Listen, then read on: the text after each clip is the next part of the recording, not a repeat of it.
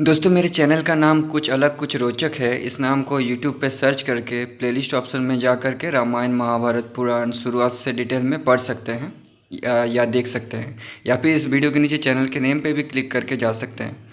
आज का चैप्टर है पांडवों का स्त्रियों सहित निराश लौटना, कुंती सहित गांधारी और धृतराष्ट्र आदि का मार्ग में गंगा तट पर निवास करना। ये आश्रम वार्षिक पर्व का सेकंड वीडियो है। पहले वीडियो पे हमने जाना था कि धृतराष्ट्र क्यों वन में जाना चाहते थे, क्या क्या हुआ था, वो पिछला वीडियो पे आप देख सकते हैं। भीष्मपितामह जी कहते हैं, नृपश्रेष्ठ कुंती की बात सुनकर निष्पाप पांडव बहुत लज्जित हुए और द्रौपदी के साथ वहाँ से लौटने लगे। तो मतलब धृतराष्ट्र, कुंती, विदुर, गांधार ये सब वन में जा रहे थे, तो पांडव उसके पीछे पीछे जा रहे थे। बहुत सारी बातें भी कही थी। उसके बाद वो लोग वापस लौट रहे हैं।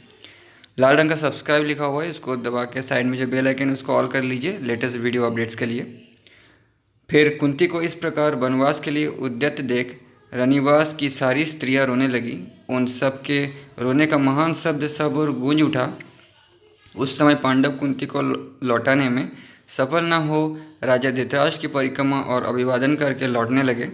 तब महातेजस्वी अंबिकानंदन धृतराष्ट्र ने गांधारी और विदुर को संबोधित करके उनका हाथ पकड़कर कहा, गांधारी और विदुर, तुम लोग युधिष्ठिर की माता कुंती देवी को अच्छी तरह समझा बुझा कर लौटा दो। युधिष्ठिर जैसा कह रहे हैं वो सब ठीक ही है। पुत्रों का महान फलदायक ये महान ऐश्वर्य छोड़कर और पुत्र का त्याग करके कौन नारी मूढ़ की भांति दुर्गम वन में जाएगी। ये राज्य में रहकर भी तपस्या कर सकती है और महान दान व्रत का अनुष्ठान करने में समर्थ हो सकती है। अतः ये आज मेरी बात ध्यान देकर सुनो। धर्म को जानने वाले गांधारी, मैं बहु कुंती की सेवा शुश्रूषा से बहुत संतुष्ट हूँ। अतः आज तुम हमें घर लौटने की आज्ञा दे दो। राजा धृतराष्ट्र के ऐसा कहने पर सुबल कुमारी गांधारी ने कुंती से राजा की आज्ञा कह सुनाई और अपनी ओर से भी उन्हें लौटने के लिए विशेष जोर दिया। परंतु धर्मपरायणा सती साध्वी कुंती ने वन में रहने का दृढ़ निश्चय कर चुकी थी, अतः गांधारी देवी उन्हें घर की ओर लौटा ना सकी। कुंती की यह स्थिति और वन में रहने का दृढ़ निश्चय जान कुरुश्रेष्ठ पांडवों को निराश लौटते देख कुरुकुल की सारी स्त्रियां फूट फूट कर रोने लगी। कुंती के सभी पुत्रों और सारी बहुएं जब लौट गई तब महाज्ञानी राजा धृतराष्ट्र वन की ओर चले। उस समय पांडव अत्यंत दीन और दुख शोक में मग्न हो रहे थे। उन्होंने वाहनों पर बैठकर स्त्रियों सहित नगर में प्रवेश किया। उस समय बालक, वृद्ध और स्त्रियों सहित सारा हस्तिनापुर नगर हर्ष और आनंद से रहित तथा उत्सव शून्य सा हो रहा था। समस्त पांडवों का उत्साह नष्ट हो गया था। वे दीन एवं दुखी हो गए थे। कुंती से बिछुड़कर अत्यंत दुख से आतुर हो वे बिना गाय के बछड़े के समान व्याकुल हो गए थे। उधर राजा धृतराष्ट्र ने उस दिन बहुत दूर तक यात्रा करके संध्या के समय गंगा के तट पर निवास किया। वहाँ के तपोवन में वेदों के पारंगत श्रेष्ठ ब्राह्मणों ने जहाँ तहाँ विधिपूर्वक जो आग प्रकट करके प्रज्वलित की थी वह बड़ी शोभा पा रही थी। तदनंतर फिर बूढ़े राजा धृतराष्ट्र ने भी अग्नि को प्रकट एवं प्रज्वलित किया। विविध अग्नियों की उपासना करके उनमें विधि पूर्वक आहुति दे राजा ने संध्या कालिक सूर्यदेव को उपस्थान किया। तदनंतर विदुर और संजय ने कुरु प्रवीर राजा धृतराष्ट्र के लिए कुशों की सैया बिछा दी। उनके पास ही गांधारी के लिए एक पृथक आसन लगा दिया। गांधारी के निकट ही उत्तम व्रत में स्थित हुई युधिष्ठिर की माता कुंती भी कुशासन पर सोई और उसी में उन्होंने सुख माना। विदुर आदि भी राजा से उतनी ही दूर पर सोए जहाँ से उनकी बोली सुनाई दे सके। यज्ञ कराने वाले ब्राह्मण तथा राजा के साथ आए हुए अन्य द्विज यथायोग्य स्थान पर सोए। उस रात में मुख्य मुख्य ब्राह्मण श्रद्धाएँ करते थे और जहाँ तहाँ अग्निहोत्र की आग प्रज्वलित हो रही थी। इससे वो रजनी उन लोगों के लिए ब्राह्मी निशा के समान आनंद बढ़ाने वाली हो रही थी। तत्पश्चात रात बीतने पर पूर्वाकाल की क्रिया पूरी करके विधि पूर्वक अग्नि में आहुति देने के पश्चात वे सब लोग क्रमशः आगे बढ़ने लगे।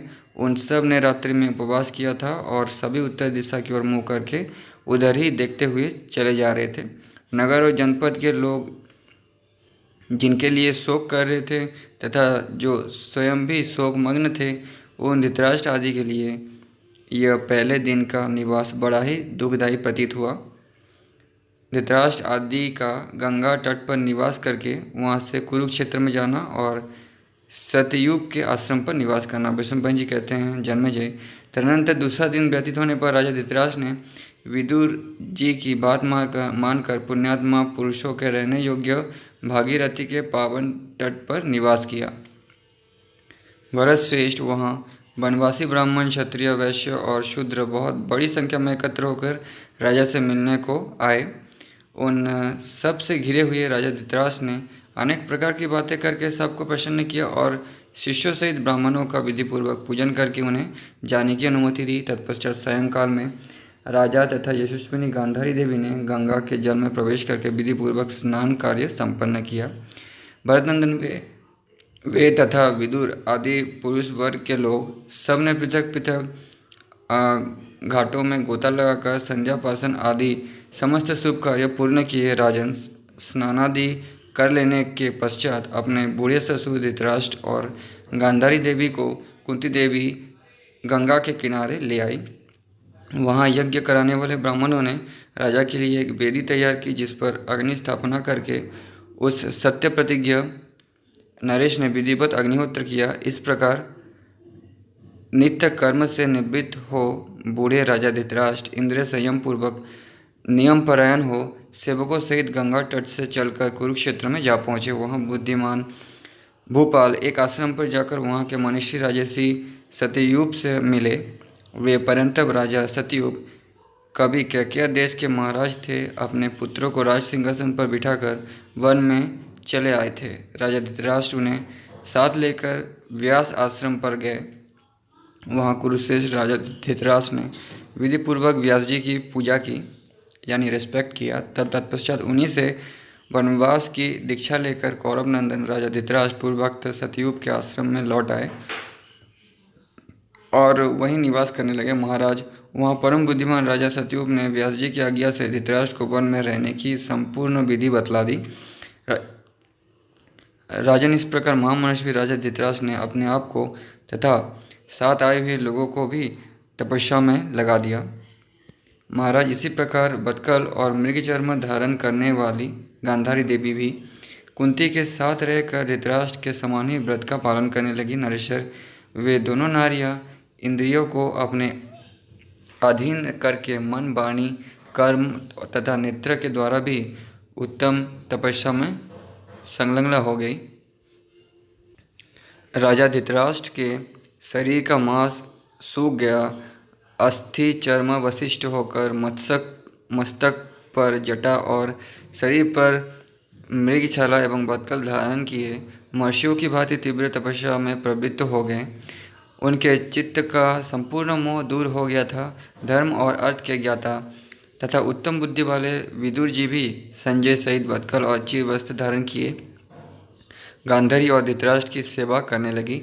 वे मन को वश में करके अपने दुर्बल शरीर से घोर तपस्या में संलग्न रहते थे।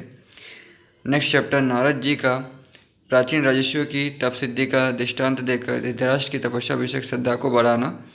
सतयुग के पूछने पर धृतराष्ट्र को मिलने वाली गति का भी वर्णन करना। विष्णुपंत जी कहते हैं, जन्मेजय, तदनंतर वहाँ राजा धृतराष्ट्र से मिलने के लिए नारद पर्वत महातपस्वी केवल शिष्यों सहित महर्षि व्यास तथा अन्य सिद्ध मनीषी श्रेष्ठ मुनिगण आए। तो ये जो नारद हैं, जो देवताएं हैं, वो विमान पे बैठकर पृथ्वी पर आते थे। विमान का भी वर्णन है, मैंने पढ़ा है। किस तरह का विमान है बताया नहीं जा सकता, लेकिन वो पृथ्वी पर आया करते थे। और ये देवता नारद सब पृथ्वी के बाहर रहते हैं। तो जो बाहर रहते हैं पृथ्वी के, उन्हें आप एलियन कह सकते हो। एलियन का मतलब कोई गाली नहीं होता। और जो आकाशवाणी होती थी, वो वही देवता विमान पे बैठकर ऊपर से कहा करते थे। उनके साथ परम धर्मात्मा विद्ध राजर्षि सतयुग भी पधारे थे। महाराज कुंती देवी ने उन सब की यथायोग्य पूजा की। वे तपस्वी ऋषि भी कुंती की सेवा में बहुत संतुष्ट हुए। तात वहाँ उन महर्षियों ने महात्मा राजा धृतराष्ट्र का मन लगाने के लिए अनेक प्रकार की धार्मिक कथाएं कहीं। सब कुछ प्रत्यक्ष देखने वाले देवर्षि नारद ने किसी कथा प्रसंग में ये कथा कहनी आरंभ की। नारद जी बोले, राजन, पूर्व काल में सहस्त्रचित्र नाम प्रसिद्ध एक तेजस्वी राजा थे जो कैकेय देश की प्रजा का पालन करते थे। उन्हें कभी किसी से भय नहीं होता था। यहाँ ये राजर्षि सत्यु विराज कर रहे हैं, इनके वे पितामह थे। धर्मात्मा राजा सहस्त्रचित्र अपने परम धर्मात्मा ज्येष्ठ पुत्र को राज्य का भार सौंपकर तपस्या के लिए इसी वन में प्रविष्ट हुए। वे महा तेजस्वी भूपाल अपनी उद्दीप्त तपस्या पूरी करके इंद्रलोक को प्राप्त हुए। तपस्या से उनके सारे पाप भस्म हो गए थे। राजन, इंद्रलोक में आते जाते समय मैंने उन राजर्षि को अनेक बार देखा है। इसी प्रकार भगदत्त के पितामह राजा शिलालय भी तपस्या के बल से ही इंद्रलोक को गए हैं। महाराज राजा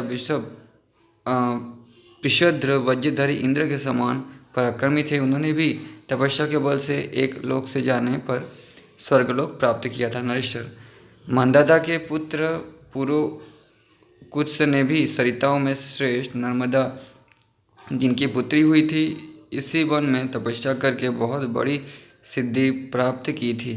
वहीं तपस्या करके वे नरेश स्वर्गलोक में गए थे। राजन, परम धर्मात्मा राजा शचलोमा ने भी इसी वन में उत्तम तपस्या करके स्वर्ग प्राप्त किया था। नरेश्वर, व्यास जी की कृपा से तुम भी इसी तपोवन में आ पहुँचे हो। अब यहाँ तपस्या करके दुर्लभ सिद्धि का आश्रय ले श्रेष्ठ गति प्राप्त कर लोगे। नृपश्रेष्ठ, तुम भी तपस्या के अंत में तेज से संपन्न हो गांधारी के साथ उन्हीं महात्माओं की गति प्राप्त करोगे। महाराज, तुम्हारे छोटे भाई पांडु इंद्र के पास ही रहते हैं। वे सदा तुम्हें याद करते रहते हैं। निश्चय ही वे तुम्हें कल्याण के भागी बनाएंगे। तुम्हारी और गांधारी देवी की सेवा करने से ये तुम्हारी यशस्विनी बहू युधिष्ठिर जननी कुंती अपने पति के लोक में पहुंच जाएगी। युधिष्ठिर साक्षात सनातन धर्म स्वरूप हैं। उनकी माता कुंती की सदगति में कोई संदेह ही नहीं है। नरेश्वर, ये सब हम अपनी दिव्य दृष्टि से देख रहे हैं। विदुर महात्मा युधिष्ठिर के शरीर में प्रवेश करेंगे और संजय उन्हीं का चिंतन करने के कारण यहाँ से सीधे स्वर्ग को जाएंगे। वैशंपायन जी कहते हैं, जन्मेजय, ये सुनकर महात्मा कौरवराज धृतराष्ट्र अपनी पत्नी के साथ बहुत प्रसन्न हुए। उन विद्वान नरेश ने नारद जी के वचनों की प्रशंसा करके उनकी अनुपम पूजा की। राजन, तदनंतर समस्त ब्राह्मण समुदाय ने नारद जी का विशेष पूजन किया। राजा धृतराष्ट्र की प्रसन्नता से उस समय उन सब लोगों को बारंबार हर्ष हो रहा था। उन सभी श्रेष्ठ ब्राह्मणों ने नारद जी के पूर्वोक्त वचन की पूरी पूरी प्रशंसा की। तत्पश्चात राजर्षि सतयुप ने नारद जी से इस प्रकार कहा, महातेजस्वी देवर्षि, बड़े हर्ष की बात है कि आपने कुरुराज धृतराष्ट्र की यहाँ आए हुए सब लोगों की और मेरी भी तपस्या विषयक श्रद्धा को अधिक बढ़ा दिया है। लोक पूजित देवर्षि, राजा धृतराष्ट्र के विषय में मुझे कुछ कहने या पूछने की इच्छा हो रही है। अपनी उस इच्छा को मैं बता रहा हूँ, सुनिए। ब्रह्म से आप संपूर्ण वृत्तांत के तत्वज्ञ हैं। आप योग युक्त होकर अपनी दिव्य दृष्टि से मनुष्य को जो नाना प्रकार की गति प्राप्त होती है उसे प्रत्यक्ष देखते हैं। महामुने, आपने अनेक राजाओं की इंद्रलोक प्राप्ति का वर्णन किया, किंतु यह नहीं बताया कि ये राजा धृतराष्ट्र किस लोक को जाएंगे। प्रभु, इन नरेश को जो स्थान प्राप्त होने वाला है उसे भी मैं आपके मुख से सुनना चाहता हूँ। वो स्थान कैसा होगा और कब प्राप्त होगा, ये मुझे ठीक ठीक बताइए। सतयुग के इस प्रकार प्रश्न करने पर दिव्यदर्शी तपस्वी देवर्षि नारद ने उस सभा में सबके मन को प्रिय लगने वाली ये बात कही। नारद जी बोले, राजा से एक दिन मैं देवेच्छा से घूमता फिरता इंद्रलोक में चला गया और वहाँ जाकर सचिपति इंद्र से मिला। वहीं मैंने राजा पांडु को भी देखा था। नरेश्वर, वहाँ राजा धृतराष्ट्र की ही बातचीत चल रही थी। ये जो तपस्या करते हैं इनके इस दुष्कर तप की ही चर्चा हो रही थी। तो नारद जी किसी और ग्रह पर गए थे। ये उस समय की ऐसा हुआ करता था। जो इंद्र का ग्रह था जिसे अमरावती भी कहते हैं, ठीक है, उसमें धृतराष्ट्र के बारे में बातचीत चल रही थी, क्योंकि उससे ही रिलेटेड है। इंद्र भी उसी के उस सभा में साक्षात इंद्र के मुख से मैंने सुना था कि इन राजा धृतराष्ट्र की आयु की जो अंतिम सीमा है उसके पूर्ण होने में अब केवल 3 वर्ष ही शेष रह गए हैं। उसके समाप्त होने पर ये राजा धृतराष्ट्र गांधारी के साथ कुबेर के लोक में जाएंगे और वहाँ राजाधिराज कुबेर से सम्मानित हो इच्छानुसार चलने वाले विमान पर बैठकर दिव्य वस्त्राभूषणों से विभूषित हो देव, गंधर्व और राक्षसों के लोकों में, यानी लोकों का मतलब होता है ग्रह। पृथ्वी के बाहर और भी बहुत सारे ग्रह हैं जो आज तक मानव खोज नहीं पाया है, तो उन्हीं एक में से ग्रह के बारे में बात कर रहे हैं। इन सभी ग्रह के बारे में बात कर रहे हैं। और राक्षस, गंधर्व ये भी मनुष्य के ऊपर की श्रेणियाँ हैं। ऋषिपुत्र महाभाग धर्मात्मा धृतराष्ट्र के सारे पाप इनकी तपस्या के प्रभाव से भस्म हो जाएंगे। राजन, तुम मुझसे जो बात पूछ रहे थे उसका उत्तर यही है। ये देवताओं का अत्यंत गुप्त विचार है, परंतु आप लोगों पर प्रेम होने के कारण मैंने इसे आपके सामने प्रकट कर दिया है। आप लोग वेद के धनी हैं और तपस्या से निष्पाप हो चुके हैं, अतः आपके सामने इस रहस्य को प्रकट करने में कोई हर्ज नहीं है। विष्णुपंत जी कहते हैं, राजन, देवर्षि के ये मधुर वचन सुनकर वे सब लोग बहुत प्रसन्न हुए और राजा धृतराष्ट्र को भी इससे बड़ा हर्ष हुआ। इस प्रकार वे महर्षिगण अपनी कथाओं से धृतराष्ट्र को संतुष्ट करके सिद्ध गति का आश्रय ले इच्छानुसार विभिन्न स्थानों को चले गए।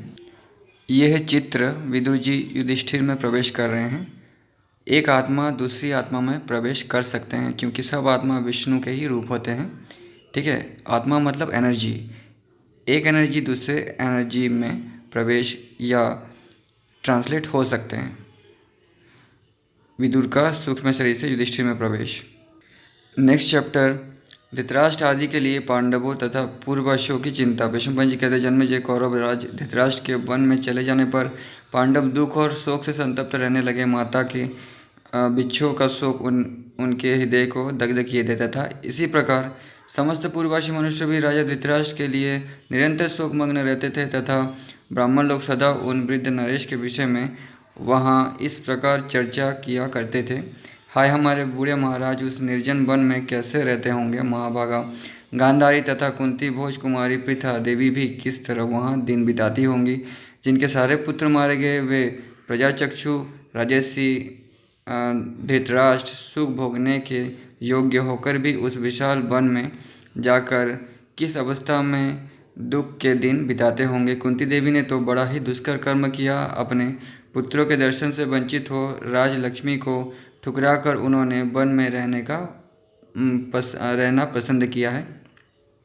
अपने भाई की सेवा में लगे रहने वाले मनुष्य विदुर जी किस अवस्था में होंगे। अपने स्वामी के शरीर की रक्षा करने वाले बुद्धिमान संजय भी कैसे होंगे। बच्चे से लेकर बूढ़े तक समस्त पूर्ववासी चिंता और शोक से पीड़ित हो जहाँ तहाँ एक दूसरे से मिलकर उपयुक्त बातें ही किया करते थे। समस्त पांडव तो निरंतर अत्यंत शोक में ही डूबे रहते हैं। वे अपनी बूढ़ी माता के लिए इतने चिंतित हो गए कि अधिक काल तक नगर में नहीं रह सके। जिनके पुत्र मारे गए थे उन बूढ़े ताऊ महाराज धृतराष्ट्र की, महाभागा गांधारी की और परम बुद्धिमान विदुर की अधिक चिंता करने के कारण उन्हें कभी चैन नहीं पड़ती थी। ना तो राजकाज में उनका मन लगता था, ना स्त्रियों में। वेदाध्ययन में भी उनकी रुचि नहीं होती थी। राजा धृतराष्ट्र को याद करके वे अत्यंत खिन्न एवं विरक्त हो उठते थे। भाई बंधुओं के उस भयंकर वध का उन्हें बारंबार स्मरण हो आता था। महाबाहु जन्मेजय युद्ध के मुहाने पर जो बालक अभिमन्यु का अन्यायपूर्वक विनाश किया गया, संग्राम में कभी पीठ न दिखाने वाले कर्ण का परिचय न होने से जो वध किया गया, इन घटनाओं को याद करके वे बेचैन हो जाते थे। इसी प्रकार द्रौपदी के पुत्रों तथा अन्य सूर्यों के वध की बात याद करके उनके मन की सारी प्रसन्नता भाग जाती थी। भरतनंदन जिसके प्रमुख वीर मारे गए तथा रत्नों का अपहरण हो गया, उस पृथ्वी की दुर्दशा का सदैव चिंतन करते हुए पांडव कभी थोड़ी देर के लिए भी शांति नहीं पाते थे। जिनके बेटे मारे गए थे वे द्रुपद कुमारी कृष्णा और भाविनी सुभद्रा दोनों देवियाँ निरंतर प्रसन्न और हर्ष शून्य सी होकर चुपचाप बैठी रहती थी। जन्मेजय, उन दिनों तुम्हारे पूर्व पितामह पांडव उत्तरा के पुत्र और तुम्हारे पिता परीक्षित को देखकर ही अपने प्राणों को धारण करते थे। नेक्स्ट चैप्टर, माता के लिए पांडवों की चिंता, युधिष्ठिर की वन में जाने की इच्छा, सहदेव और द्रौपदी का साथ जाने का उत्साह तथा रनिवास और सेना सहित युधिष्ठिर का वन को प्रस्थान। वैशंपायन जी कहते हैं, जन्मेजय, अपनी माता को आनंद प्रदान करने वाले वे पुरुष सिंह वीर पांडव इस प्रकार माता को याद करते हुए अत्यंत दुखी हो गए थे। जो पहले प्रतिदिन राजकीय कार्यों में निरंतर आसक्त रहते थे, वही उन दिनों नगर में कहीं कोई राजकाज नहीं करते थे, मानो उसके हृदय में शोक ने घर बना लिया था। वे किसी भी वस्तु को पाकर प्रसन्न नहीं होते थे। किसी के बातचीत करने पर भी वे उस बात की ओर ना तो ध्यान देते और ना उसकी सराहना करते थे। समुद्र के समान गांभीर्यशाली दुर्धर्ष वीर पांडव उन दिनों शोक से सुध-बुध खो जाने के कारण अचेत से ही हो गए थे। तदनंतर एक दिन पांडव अपनी माता के लिए इस प्रकार चिंता करने लगे, हाय, मेरी माता कुंती अत्यंत दुबली हो गई होंगी। वे उन बूढ़े पति पत्नी गांधारी और धृतराष्ट्र की सेवा कैसे निभाती होंगी। शिकारी जंतुओं से भरे हुए उस जंगल में आश्रयहीन एवं पुत्र रहित राजा धृतराष्ट्र अपनी पत्नी के साथ अकेले कैसे रहते होंगे। जिनके बंधु बांधव मारे गए हैं, वे महाभागा गांधारी देवी उस निर्जन वन में अपने अंधे और बूढ़े पति का अनुसरण कैसे करती होंगी। इस प्रकार बात करते करते उनके मन में बड़ी उत्कंठा हो गई और उन्होंने धृतराष्ट्र के दर्शन की इच्छा से वन में जाने का विचार कर लिया। उस समय सहदेव ने राजा धृतराष्ट्र को प्रणाम करके कहा, भैया, मुझे ऐसा दिखाई देता है कि आपका हृदय तपोवन में जाने के लिए उत्सुक है। ये बड़े हर्ष की बात है राजेंद्र। मैं आपके गौरव का ख्याल करके संकोचवश वहाँ जाने की बात स्पष्ट रूप से कह नहीं पाता था। आज सौभाग्यवश वो अवसर अपने आप उपस्थित हो गया। मेरा अहोभाग्य है कि तपस्या में लगी हुई माता कुंती का दर्शन करूंगा। उनके सिर के बाल जटा रूप में परिणत हो गए होंगे। वे तपस्विनी बूढ़ी माता कुश और काश के आसनों पर शयन करने के कारण क्षत विक्षत हो रही होंगी। जो महलों और अट्टालिकाओं में पलकर बड़ी हुई है, अत्यंत सुख की भागिनी रही है, वही माता कुंती अब थक कर अत्यंत दुख उठाती होंगी। मुझे कब उनके दर्शन होंगे। भरत श्रेष्ठ, मनुष्यों की गतियाँ निश्चय ही अनित्य होती है। जिनमें पढ़कर राजकुमारी कुंती सुखों से वंचित हो वन में निवास करती हैं। सहदेव की बात सुनकर नारियों में श्रेष्ठ महारानी द्रौपदी राजा का सत्कार करके उन्हें प्रसन्न करती हुई बोली, नरेश्वर, मैं अपनी सास कुंती देवी का दर्शन कब करूंगी। क्या वे अब तक जीवित होंगी। यदि वे जीवित हो तो आज उनका दर्शन पाकर मुझे असीम प्रसन्नता होगी।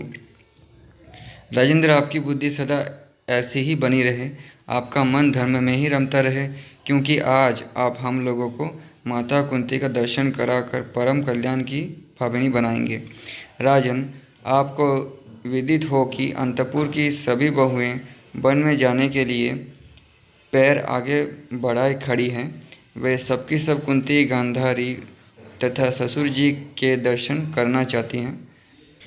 भरतभूषण, द्रौपदी देवी के ऐसा कहने पर राजा युधिष्ठिर ने समस्त सेनापतियों को बुलाकर कहा, तुम लोग बहुत से रथ और हाथी घोड़े से सुसज्जित सेना को कुछ करने की आज्ञा दो। मैं वनवासी महाराज धृतराष्ट्र के दर्शन करने के लिए चलूँगा। इसके बाद राजा ने रनिवास के अध्यक्ष को आज्ञा दी, तुम सब लोग हमारे लिए भांति भांति के वाहन और पालकियों को हजारों की संख्या में तैयार करो। आवश्यक सामानों से लदे हुए छकड़े, बाजार, दुकानें, खजाना, कारीगर और कोषाध्यक्ष, ये सब कुरुक्षेत्र के आश्रम की ओर रवाना हो जाएं। नगरवासियों में से जो कोई भी महाराज का दर्शन करना चाहता हो, उसे बेरोक टोक सुविधापूर्वक सुरक्षित रूप से चलने दिया जाए। पाकशाला के अध्यक्ष और रसोइये भोजन बनाने के सब सामानों और भांति भांति के भोज्य भोज्य पदार्थों को मेरे छकड़ों पर लाद कर ले चले। नगर में ये घोषणा करा दी जाए कि कल सवेरे यात्रा की जाएगी, इसलिए चलने वालों को विलंब नहीं करनी चाहिए। मार्ग में हम लोगों के ठहरने के लिए आज ही कोई कोई तरह के डेरे तैयार कर दिए जाएं। राजन इस प्रकार आज्ञा देकर सवेरे होते ही अपना भाई पांडवों सहित राजा युधिष्ठिर ने स्त्री और बूढ़ों को आगे करके नगर से प्रस्थान किया। बाहर जाकर पूर्ववासी मनुष्य की प्रतीक्षा करते हुए वे 5 दिनों तक एक ही स्थान पर टिके रहे। फिर सबको साथ लेकर वन में गए। सेना सहित पांडवों की यात्रा और उनका कुरुक्षेत्र में पहुंचना। विष्णुपंत जी कहते जन्मेजय तदनंतर भरत कुलभूषण राजा युधिष्ठिर ने लोकपालों के समान पराक्रमी अर्जुन आदि वीरों द्वारा सुरक्षित अपनी सेना को कूच करने की आज्ञा दी। चलने को तैयार हो जाओ। इस प्रकार उनका प्रेम पूर्वक आदेश प्राप्त होते ही घुड़सवार सब और पुकार पुकार कर कहने लगे, सवारियों को जोतो। इस तरह की घोषणा करने से वहाँ महान कोलाहल मच गया। कुछ लोग पालकियों पर सवार होकर चले और कुछ लोग महान वेगशाली घोड़ों द्वारा यात्रा करने लगे। कितने ही मनुष्य प्रज्वलित अग्नि के समान चमकीले सुवर्णमय रथों पर आरूढ़ होकर वहाँ से प्रस्थित हुए।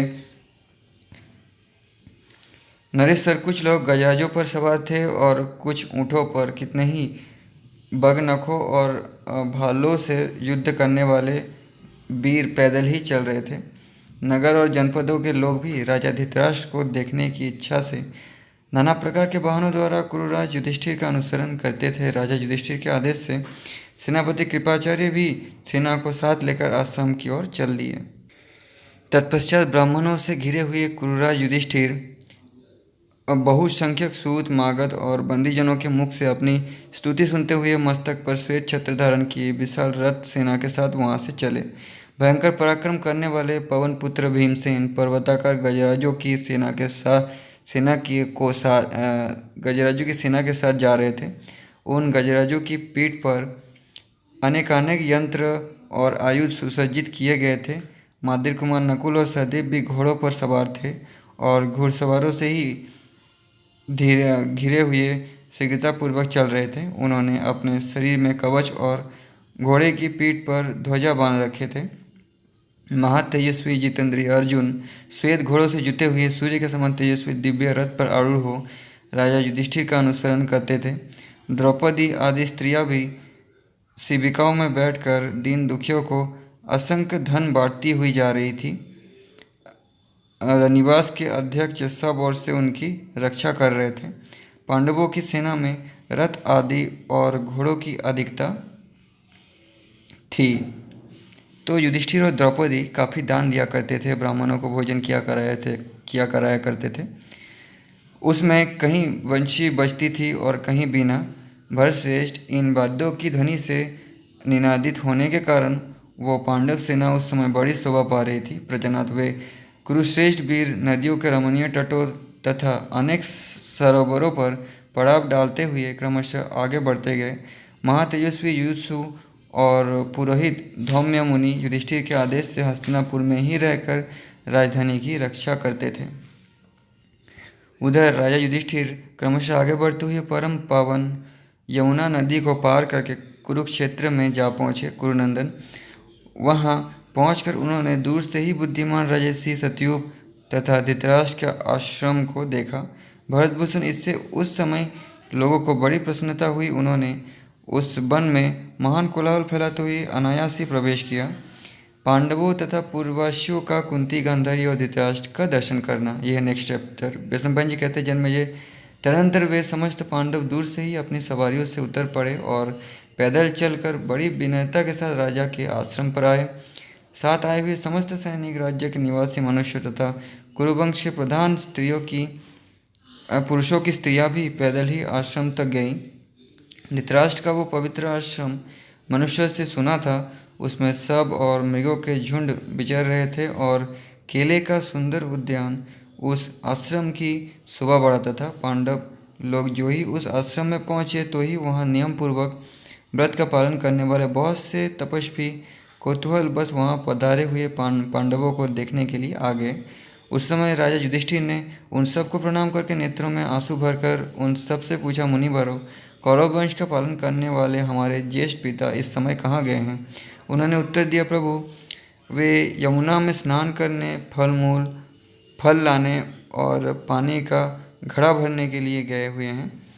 ये सुनकर उन्हीं के बताए हुए मार्ग से वे सब के सब पैदल ही यमुना तट की ओर चल दिए। कुछ ही दूर जाने पर उन्होंने उन सब लोगों को वहाँ से आते देखा।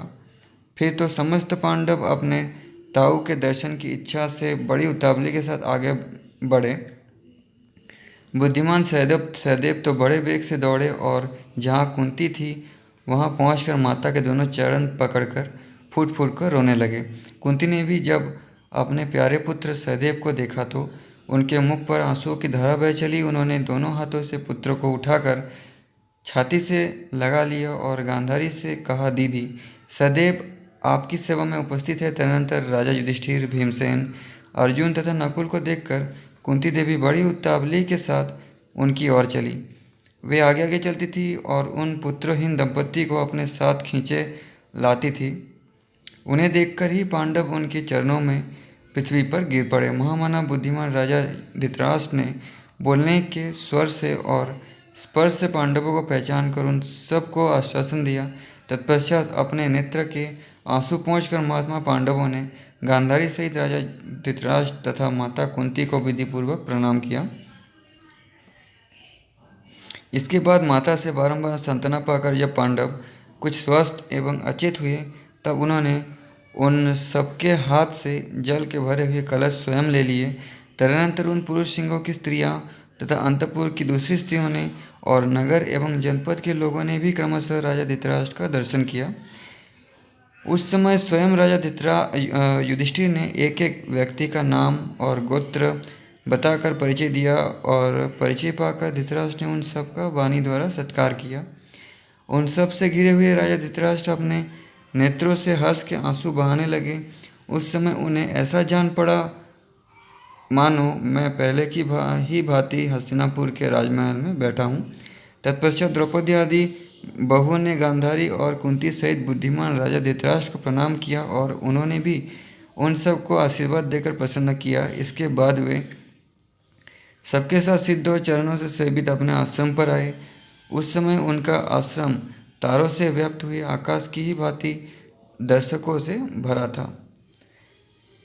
नेक्स्ट चैप्टर, संजय का ऋषियों से पांडवों, उनकी पत्नियां और अन्य स्त्रियों का परिचय देना। भीष्म जी कहते हैं, जब राजा धृतराष्ट्र सुंदर कमल के से नेत्र वाले पुरुष सिंह युधिष्ठिर आदि पांचों भाइयों के साथ आश्रम में विराजमान हुए, उस समय वहाँ अनेक देशों से आए हुए महाभाग तपस्वीगण कुरुराज पांडु के पुत्र विशाल वक्षस्थल वाले पांडवों को देखने के लिए पहले से उपस्थित थे। उन्होंने पूछा, हम लोग ये जानना चाहते हैं कि यहाँ आए हुए लोगों में महाराज युधिष्ठिर कौन हैं? भीमसेन, अर्जुन, नकुल, सहदेव और यशस्विनी द्रौपदी देवी कौन हैं?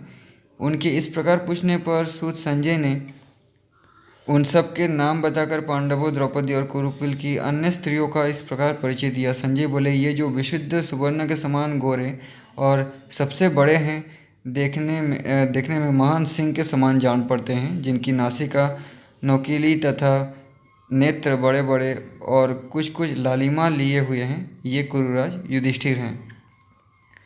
जो मतवाले गजराज के समान चलने वाले, तपाए हुए सुवर्ण के समान विशुद्ध गौर वर्ण तथा मोटे और चौड़े कंधे वाले हैं, जिनकी भुजाएं मोटी और बड़ी बड़ी है, यही भीमसेन हैं। हम लोग इन्हें अच्छी तरह देख लें।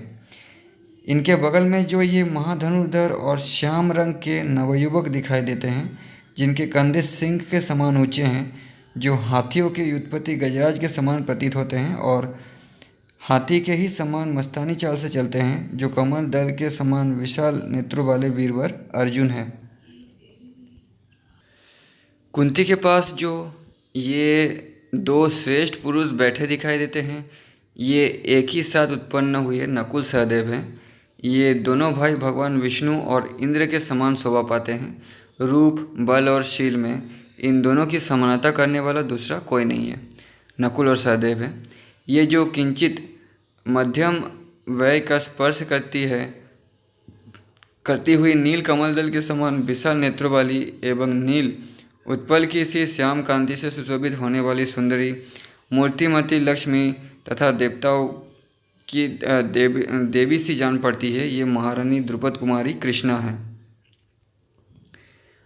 दोस्तों 4 कृष्ण हैं महाभारत में। एक द्रौपदी कृष्ण, दूसरा अर्जुन कृष्ण, तीसरा मधुसूदन कृष्ण और चौथा कृष्ण द्वैपायन यानी वेदव्यास।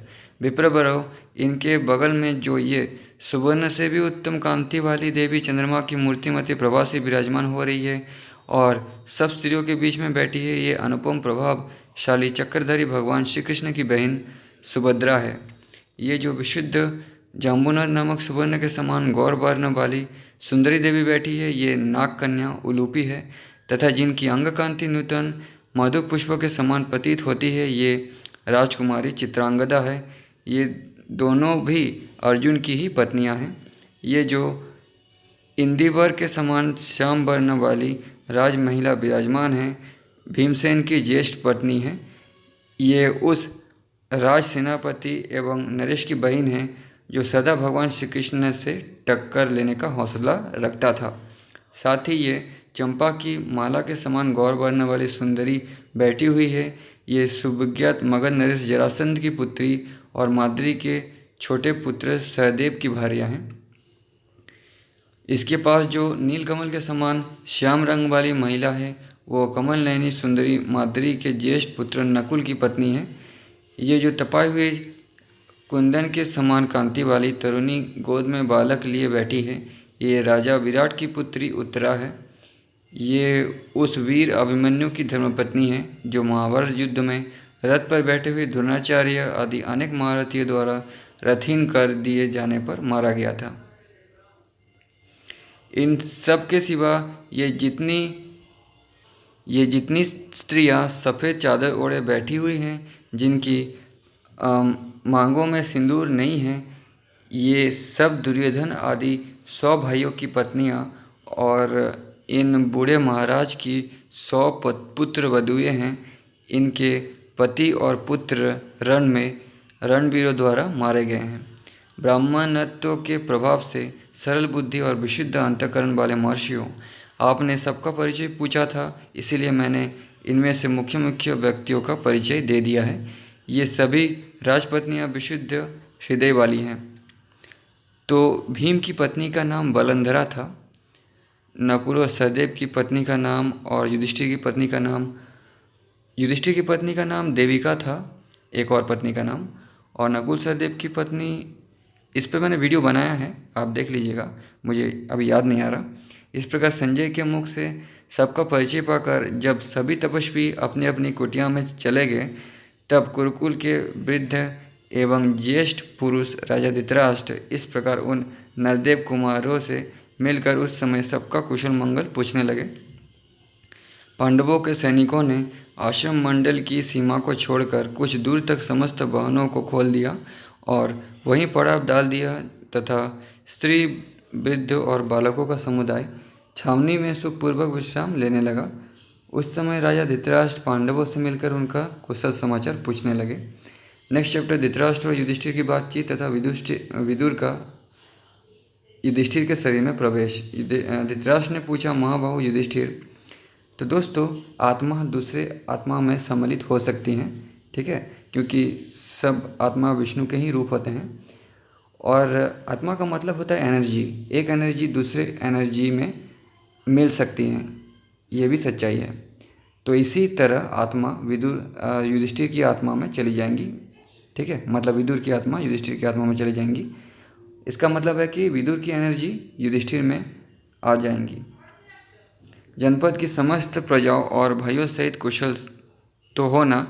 धृतराष्ट्र ने पूछा। महाबाहु युधिष्ठिर, तुम नगर तथा जनपद की समस्त प्रजाओं और भाइयों सहित अच्छे से तो हो ना, कुशल तो हो ना? नरेश्वर, जो तुम्हारे आश्रित रहकर जीवन निर्वाह करते हैं वे मंत्री, वित्तवर्ग और गुरुजन भी सुखी और स्वस्थ तो है ना? क्या वे भी तुम्हारे राज्य में निर्भय होकर रहते हैं? क्या तुम प्राचीन राजर्षियों से सेवित पुरानी रीति नीति का पालन करते हो? क्या तुम्हारा खजाना न्याय मार्ग का उल्लंघन किए बिना ही भरा जाता है? क्या तुम शत्रु, मित्र और उदासीन पुरुषों के प्रति यथायोग्य बर्ताव करते हो? भरतश्रेष्ठ, क्या तुम ब्राह्मणों को माफ़ी जमीन देकर उन पर यथोचित दृष्टि रखते हो? क्या तुम्हारे शील स्वभाव से वे संतुष्ट रहते हैं? राजेंद्र, पूर्ववासी और सेवकों की तो बात ही क्या है, क्या शत्रु भी तुम्हारे बर्ताव से संतुष्ट रहते हैं? क्या तुम श्रद्धापूर्वक देवता और पितरों का यजन करते हो? भारत, क्या तुम अन्न और जल के द्वारा अतिथियों का सत्कार करते हो? क्या तुम्हारे राज्य में ब्राह्मण, क्षत्रिय, वैश्य, शूद्र और कुटुंबीजन न्याय मार्ग का अवलंबन करते हुए अपने कर्तव्य के पालन में तत्पर रहते हैं? नरश्रेष्ठ, तुम्हारे राज्य में स्त्रियां, बालकों और वृद्धों को दुख तो नहीं भोगना पड़ता? वे जीविका के लिए भीख तो नहीं मांगते? तुम्हारे घर में सौभाग्यवती बहू बेटियां सादर आदर सत्कार तो होता है ना? बेटियों का आदर सत्कार तो होता है ना, बहू बेटियों का? महाराज, राजर्षियों का ये वंश तुम जैसे राजा को पाकर यथोचित प्रतिष्ठा को प्राप्त होता है ना? इससे यश से वंचित होकर अपयश का भागी तो नहीं होना पड़ता? वैशंपायन जी कहते हैं, जन्मेजय, धृतराष्ट्र के इस प्रकार कुशल समाचार पूछने पर बातचीत करने में कुशल न्यायवेत्ता राजा युधिष्ठिर ने इस प्रकार कहा। युधिष्ठिर बोले, राजन, मेरे यहाँ सब कुशल हैं। आपके तप, इंद्रिय संयम और मनोनिग्रह आदि सद्गुणों की वृद्धि तो हो रही है ना? ये मेरी माता कुंती आपकी सेवा शुश्रूषा करने में क्लेश का अनुभव तो नहीं करती? क्या इनका वनवास सफल होगा?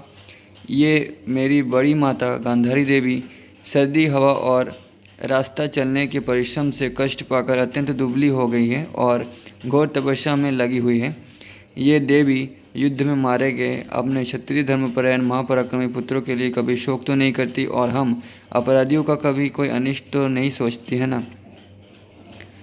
कभी कोई अनिष्ट तो नहीं सोचती हैं? राजन, ये संजय तो कुशल पूर्वक स्थिर भाव से तपस्या में लगे हुए हैं ना? इस समय विदुर जी कहाँ हैं? इन्हें हम लोग देख नहीं पा रहे हैं। विष्णुभाई जी कहते हैं, राजा युधिष्ठिर के इस प्रकार पूछने पर धृतराष्ट्र ने उनसे कहा, बेटा, विदुर जी कुशल पूर्वक हैं। वे बड़ी कठोर तपस्या में लगे हैं। वे निरंतर उपवास करते और वायु पीकर रहते हैं, इसलिए अत्यंत दुर्बल हो गए हैं। उनके सारे शरीर में व्याप्त हुई नस नाड़ियाँ स्पष्ट दिखाई देती हैं। इस सुने वन में ब्राह्मणों को कभी कभी कहीं उनके दर्शन हो जाया करते हैं।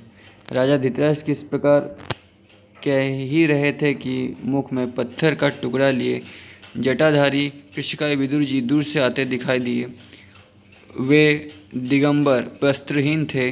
उनके सारे शरीर में मैल जमी हुई थी। वे वन में उड़ती हुई धूलों से नहा गए थे। राजा युधिष्ठिर को उनके आने की सूचना दी गई। राजन, विदुर जी उस आश्रम की ओर देखकर सहसा पीछे की ओर लौट पड़े। ऐसा देख राजा युधिष्ठिर अकेले ही उनके पीछे पीछे दौड़े। विदुर जी कभी दिखाई देते और कभी दिखाई नहीं देते थे। जब वे एक घोर वन में प्रवेश करने लगे तब राजा युधिष्ठिर यत्नपूर्वक उनकी ओर दौड़े और इस प्रकार कहने लगे, ओ विदुर जी, मैं आपका परम प्रिय राजा युधिष्ठिर आपके दर्शन के लिए आया हूँ। मतलब वो कभी दिखाई देते थे और कभी दिखाई नहीं देते थे, मतलब छिप जाते थे युधिष्ठिर को आते देख। तब बुद्धिमान में श्रेष्ठ विदुर जी वन के भीतर एक परम पवित्र एकांत प्रदेश में किसी वृक्ष का सहारा लेकर खड़े हो गए। वे बहुत ही दुर्बल हो गए थे। उनके शरीर का ढांचा मात्र रह गया था। इतने ही में उनके जीवित होने की सूचना मिलती थी। परम बुद्धिमान राजा युधिष्ठिर ने उन महाबुद्धिमान विदुर जी को पहचान लिया। मैं युधिष्ठिर हूँ, ऐसा कहकर वे उनके आगे खड़े हो गए।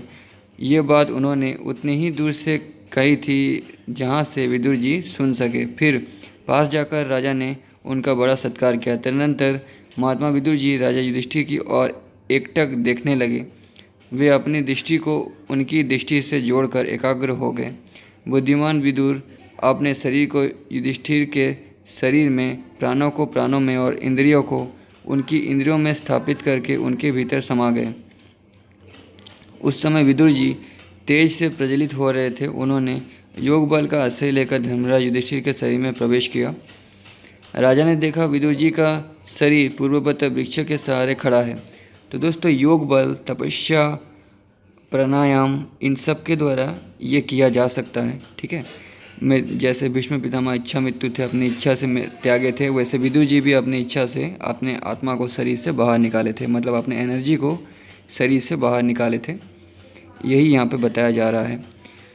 तो उस समय की तपस्या, उस समय का योग प्राणायाम है ना, मेडिटेशन कुछ अलग हुआ करता था जो गुरु के सानिध्य में किया जाता था। अभी तो वैसा गुरु नहीं मिल सकता। अगर मिल पाता तो वो अगर सिखा पाते तो हम लोग भी ऐसा कर सकते हैं। समाधि में जाना, योग, प्राणायाम, मेडिटेशन, ध्यान, जप, ये सब।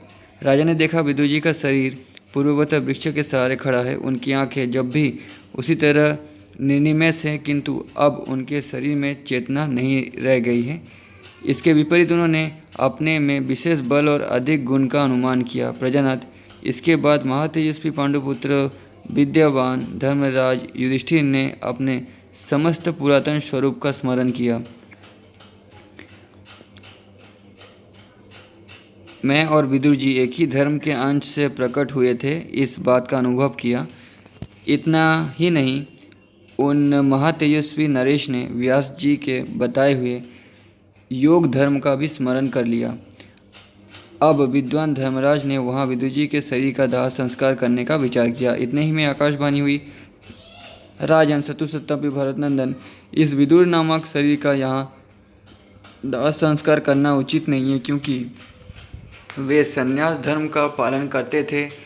यहाँ उनका दाह ना करना ही तुम्हारे लिए सनातन धर्म है। विदुर जी को संतानिक नामक लोगों की प्राप्ति होगी, अतः उनके लिए शोक नहीं करना चाहिए। आकाशवाणी द्वारा ऐसी बात कही जाने पर धर्मराज युधिष्ठिर फिर वहाँ से लौट गए और राजा धृतराष्ट्र के पास जाकर उन्होंने वे सारी बातें उनसे बताई। विदुर जी के देह त्याग का ये अद्भुत समाचार सुनकर तेजस्वी राजा धृतराष्ट्र तथा भीमसेन आदि सभी लोगों को बड़ा विस्मय हुआ। इसके बाद राजा ने प्रसन्न होकर धर्मराज युधिष्ठिर से कहा, बेटा, अब तुम मेरे दिए हुए इस फल मूल और जल को संग्रह करो। राजन, मनुष्य जिन वस्तुओं का स्वयं उपयोग करता है, उन्हीं वस्तुओं से वो अतिथि का भी सत्कार करे, ऐसी शास्त्र की आज्ञा है। उनके ऐसा कहने पर धर्मराज युधिष्ठिर ने बहुत अच्छा कहकर उनकी आज्ञा स्वीकार की और उनके दिए हुए फल मूल का भाइयों सहित भोजन किया। तदनंतर उन सब लोगों ने फल मूल और जल का ही आहार करके वृक्ष के नीचे ही रहने का निश्चय कर वो रात्रि व्यतीत की, वही रात्रि बिताया। युधिष्ठिर आदि का ऋषियों के आश्रम देखना, कलश आदि बांटना, धृतराष्ट्र के पास आकर बैठना, उन सबके पास अन्य अन्य ऋषियों सहित महर्षि व्यास का आगमन, भीष्म पंच कहते हैं जन्मेजय। तदनंतर उस आश्रम पर निवास करने वाले इन समस्त पुण्यकर्म मनुष्यों की नक्षत्र मालाओं से सुशोभित वो मंगलमयी रात्रि सकुशल व्यतीत हुई। उस समय उन लोगों में विचित्र पदों और नाना श्रुतियों से युक्त धर्म और अर्थ संबंधित चर्चाएं होती रही। नरेश्वर, पांडव लोग बहुमूल्य शैयाओं को छोड़कर अपनी माता के चारों ओर धरती पर ही सोए थे। धरती पर ही सोए थे। महामनस्वी राजा धृतराष्ट्र ने जिस वस्तु का आहार किया था, उसी वस्तु का आहार उस रात में उन नरवीर पांडवों ने भी किया। रात बीत जाने पर पूर्वकालीन नैतिक नियम पूरे करके राजा युधिष्ठिर ने धृतराष्ट्र की आज्ञा ले भाइयों अंतपुर की स्त्रियों, सेवकों और पुरोहितों के साथ सुखपूर्वक भिन्न भिन्न स्थानों में घूम फिर कर मुनियों के आश्रम देखे। उन्होंने देखा वहाँ आश्रमों में यज्ञ की वेदियाँ बनी हैं, जिन पर अग्निदेव प्रज्वलित हो रहे हैं। मुनि लोग स्नान करके उन वेदियों के पास बैठे हैं और अग्नि में आहुति दे रहे हैं। वन के फूलों और घृत की आहुति से उठे हुए धूमों से भी उन वेदियों की शोभा हो रही है। वहाँ निरंतर वेद ध्वनि होने के कारण मानो वे वेदियाँ वेदमय शरीर से संयुक्त जान पड़ती थी। मुनियों के समुदाय सदा उनसे संपर्क बनाए रखते थे। प्रभु, उन आश्रमों में जहाँ तहाँ मृगों के झुंड निर्भय एवं शांतचित्त होकर आराम से बैठे थे। पक्षियों के समुदाय निशंक होकर उच्च स्वर से कलरव करते थे। मोरों के मधुर केकारब, दात्यूह नामक पक्षियों के कलकुंजन और कोयलों की कुहू कुहू ध्वनि हो रही थी। उनके शब्द बड़े ही सुखद और कानों और मन को हर लेने वाले थे। कहीं कहीं श्रद्धाशील ब्राह्मणों के वेद मंत्रों का गंभीर घोष गूंज रहा था और इन सब के कारण उन आश्रमों की बहुत शोभा बढ़ गई थी एवं वो आश्रम फल मूल का आहार करने वाले महापुरुषों से सुशोभित हो रहा था। राजन, उस समय राजा युधिष्ठिर ने तपस्वियों के लिए लाए हुए सोने और तांबे के कलश, मृग चर्म, कंबल, शुभा, कमंडलू, बतलोई, कढ़ाई, अन्य लोहे के बने हुए पात्र तथा और भी भांति भांति के बर्तन बांटे। जो जितना और जो बर्तन चाहता था उसको उतना ही और वही बर्तन दिया जाता था, दूसरा भी आवश्यक पात्र दे दिया जाता था। इस प्रकार धर्मात्मा राजा पृथ्वीपति युधिष्ठिर आश्रमों में घूम घूम कर वो सारा धन बांटने के पश्चात धृतराष्ट्र के आश्रम पर लौट आए। वहां आकर उन्होंने देखा कि राजा धृतराष्ट्र नित्य कर्म करके गांधारी के साथ शांत भाव से बैठे हुए हैं और उनसे थोड़ी ही दूर पर शिष्टाचार का पालन करने वाली माता कुंती शिष्य की भांति विनीत भाव से खड़ी है। युधिष्ठिर ने अपना नाम सुनाकर राजा युधिष्ठिर का प्रणाम पूर्वक पूजन किया और बैठो ये आज्ञा मिलने पर वे कुश के आश्रम पर बैठ गए। भरतश्रेष्ठ, भीमसेन आदि पांडव भी राजा के चरण छूकर प्रणाम करने के पश्चात उनकी आज्ञा से बैठ गए। उनसे घिरे हुए कुरुवंशी राजा धृतराष्ट्र वैसे ही शोभा पा रहे थे जैसे उज्ज्वल ब्रह्मतेज धारण करने वाले बृहस्पति देवताओं से घिरे हुए सुशोभित होते हैं। वे सब लोग इस प्रकार बैठे ही थे कि कुरुक्षेत्र निवासी सतयुप आदि महर्षियों वहां आ पहुँचे। देवर्षियों से सेवित महत तेजस्वी विप्रवर भगवान व्यास ने भी शिष्य सहित आकर राजा को दर्शन दिया, राजा युधिष्ठिर को। उस समय कुरुवंशी राजा धृतराष्ट्र, पराक्रमी कुंती कुमार युधिष्ठिर तथा भीमसेन आदि ने उठकर समागम महर्षियों को प्रणाम किया। तदनंतर सतयुप आदि से घिरे हुए नवागत महर्षि व्यास राजा धृतराष्ट्र से बोले, बैठ जाओ। इसके बाद व्यास जी स्वयं एक सुंदर कुशासन पर जो काले मृगचर्म से आच्छादित तथा उन्हीं के लिए बिछाया गया था विराजमान हुए उस पर। फिर व्यास जी की आज्ञा से अन्य सब महातेजस्वी श्रेष्ठ द्विजगण चारों ओर बिछे हुए कुशासनों पर बैठ गए। नेक्स्ट चैप्टर महर्षि व्यास का धृतराष्ट्र से कुशल पुष्ट से हुए विदुर और युधिष्ठिर की धर्मरूपता का प्रतिपादन करना और उनसे अवश्य वस्तु मांगने के लिए कहना। वैशंपायन जी कहते हैं, जन्मेजय, तदनंतर महात्मा पांडवों के बैठ जाने पर सत्यवती नंदन व्यास ने इस प्रकार कहा। तो युधिष्ठिर की ओर देखकर विदुर ने अपना प्राण त्याग किया, यानी मृत्यु हो गई उनकी, ठीक है। इसीलिए वैशंपायन जी कहते हैं कि वो युधिष्ठिर में समा गए, लेकिन वो युधिष्ठिर को देखते हुए अपना प्राण त्याग दिए, जैसे भीष्म पितामह अपने इच्छा से प्राण त्यागे थे उसी प्रकार। महाभाव धृतराष्ट्र, तुम्हारी तपस्या बढ़ रही है ना। ईश्वर, वनवास में तुम्हारा मन तो लगता है ना।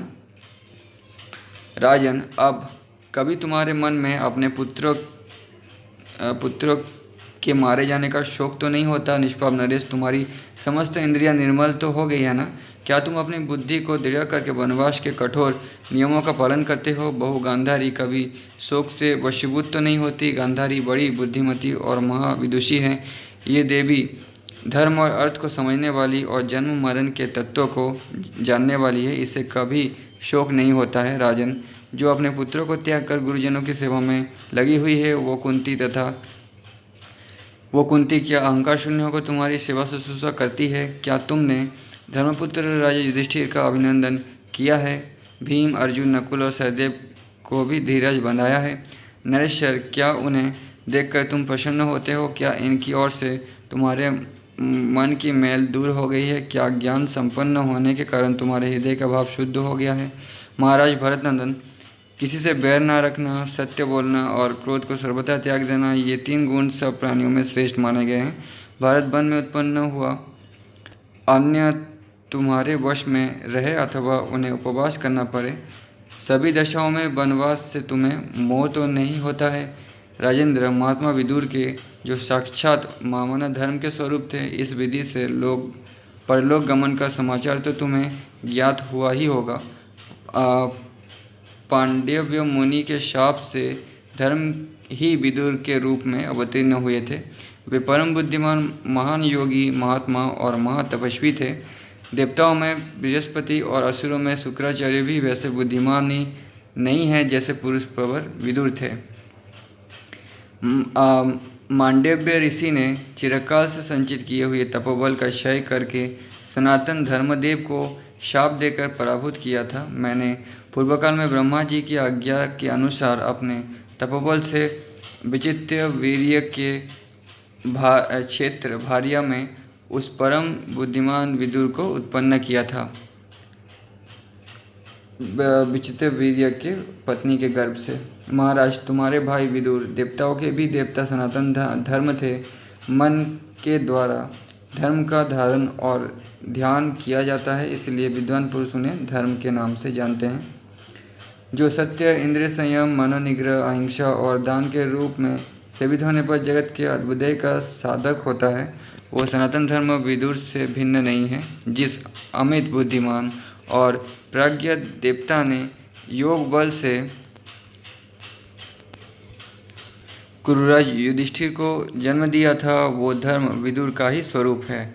जैसे अग्नि, वायु, जल, पृथ्वी और आकाश की सत्ता इहलोक और परलोक में भी है, उसी प्रकार धर्म भी उधर लोक में व्याप्त है। राजेंद्र, धर्म की सर्वत्र गति है तथा वो संपूर्ण चराचर जगत को व्याप्त करके स्थित है। जिनके समस्त पाप धुल गए हैं, वे सिद्ध पुरुष तथा देवताओं के देवता ही धर्म का साक्षात्कार करते हैं।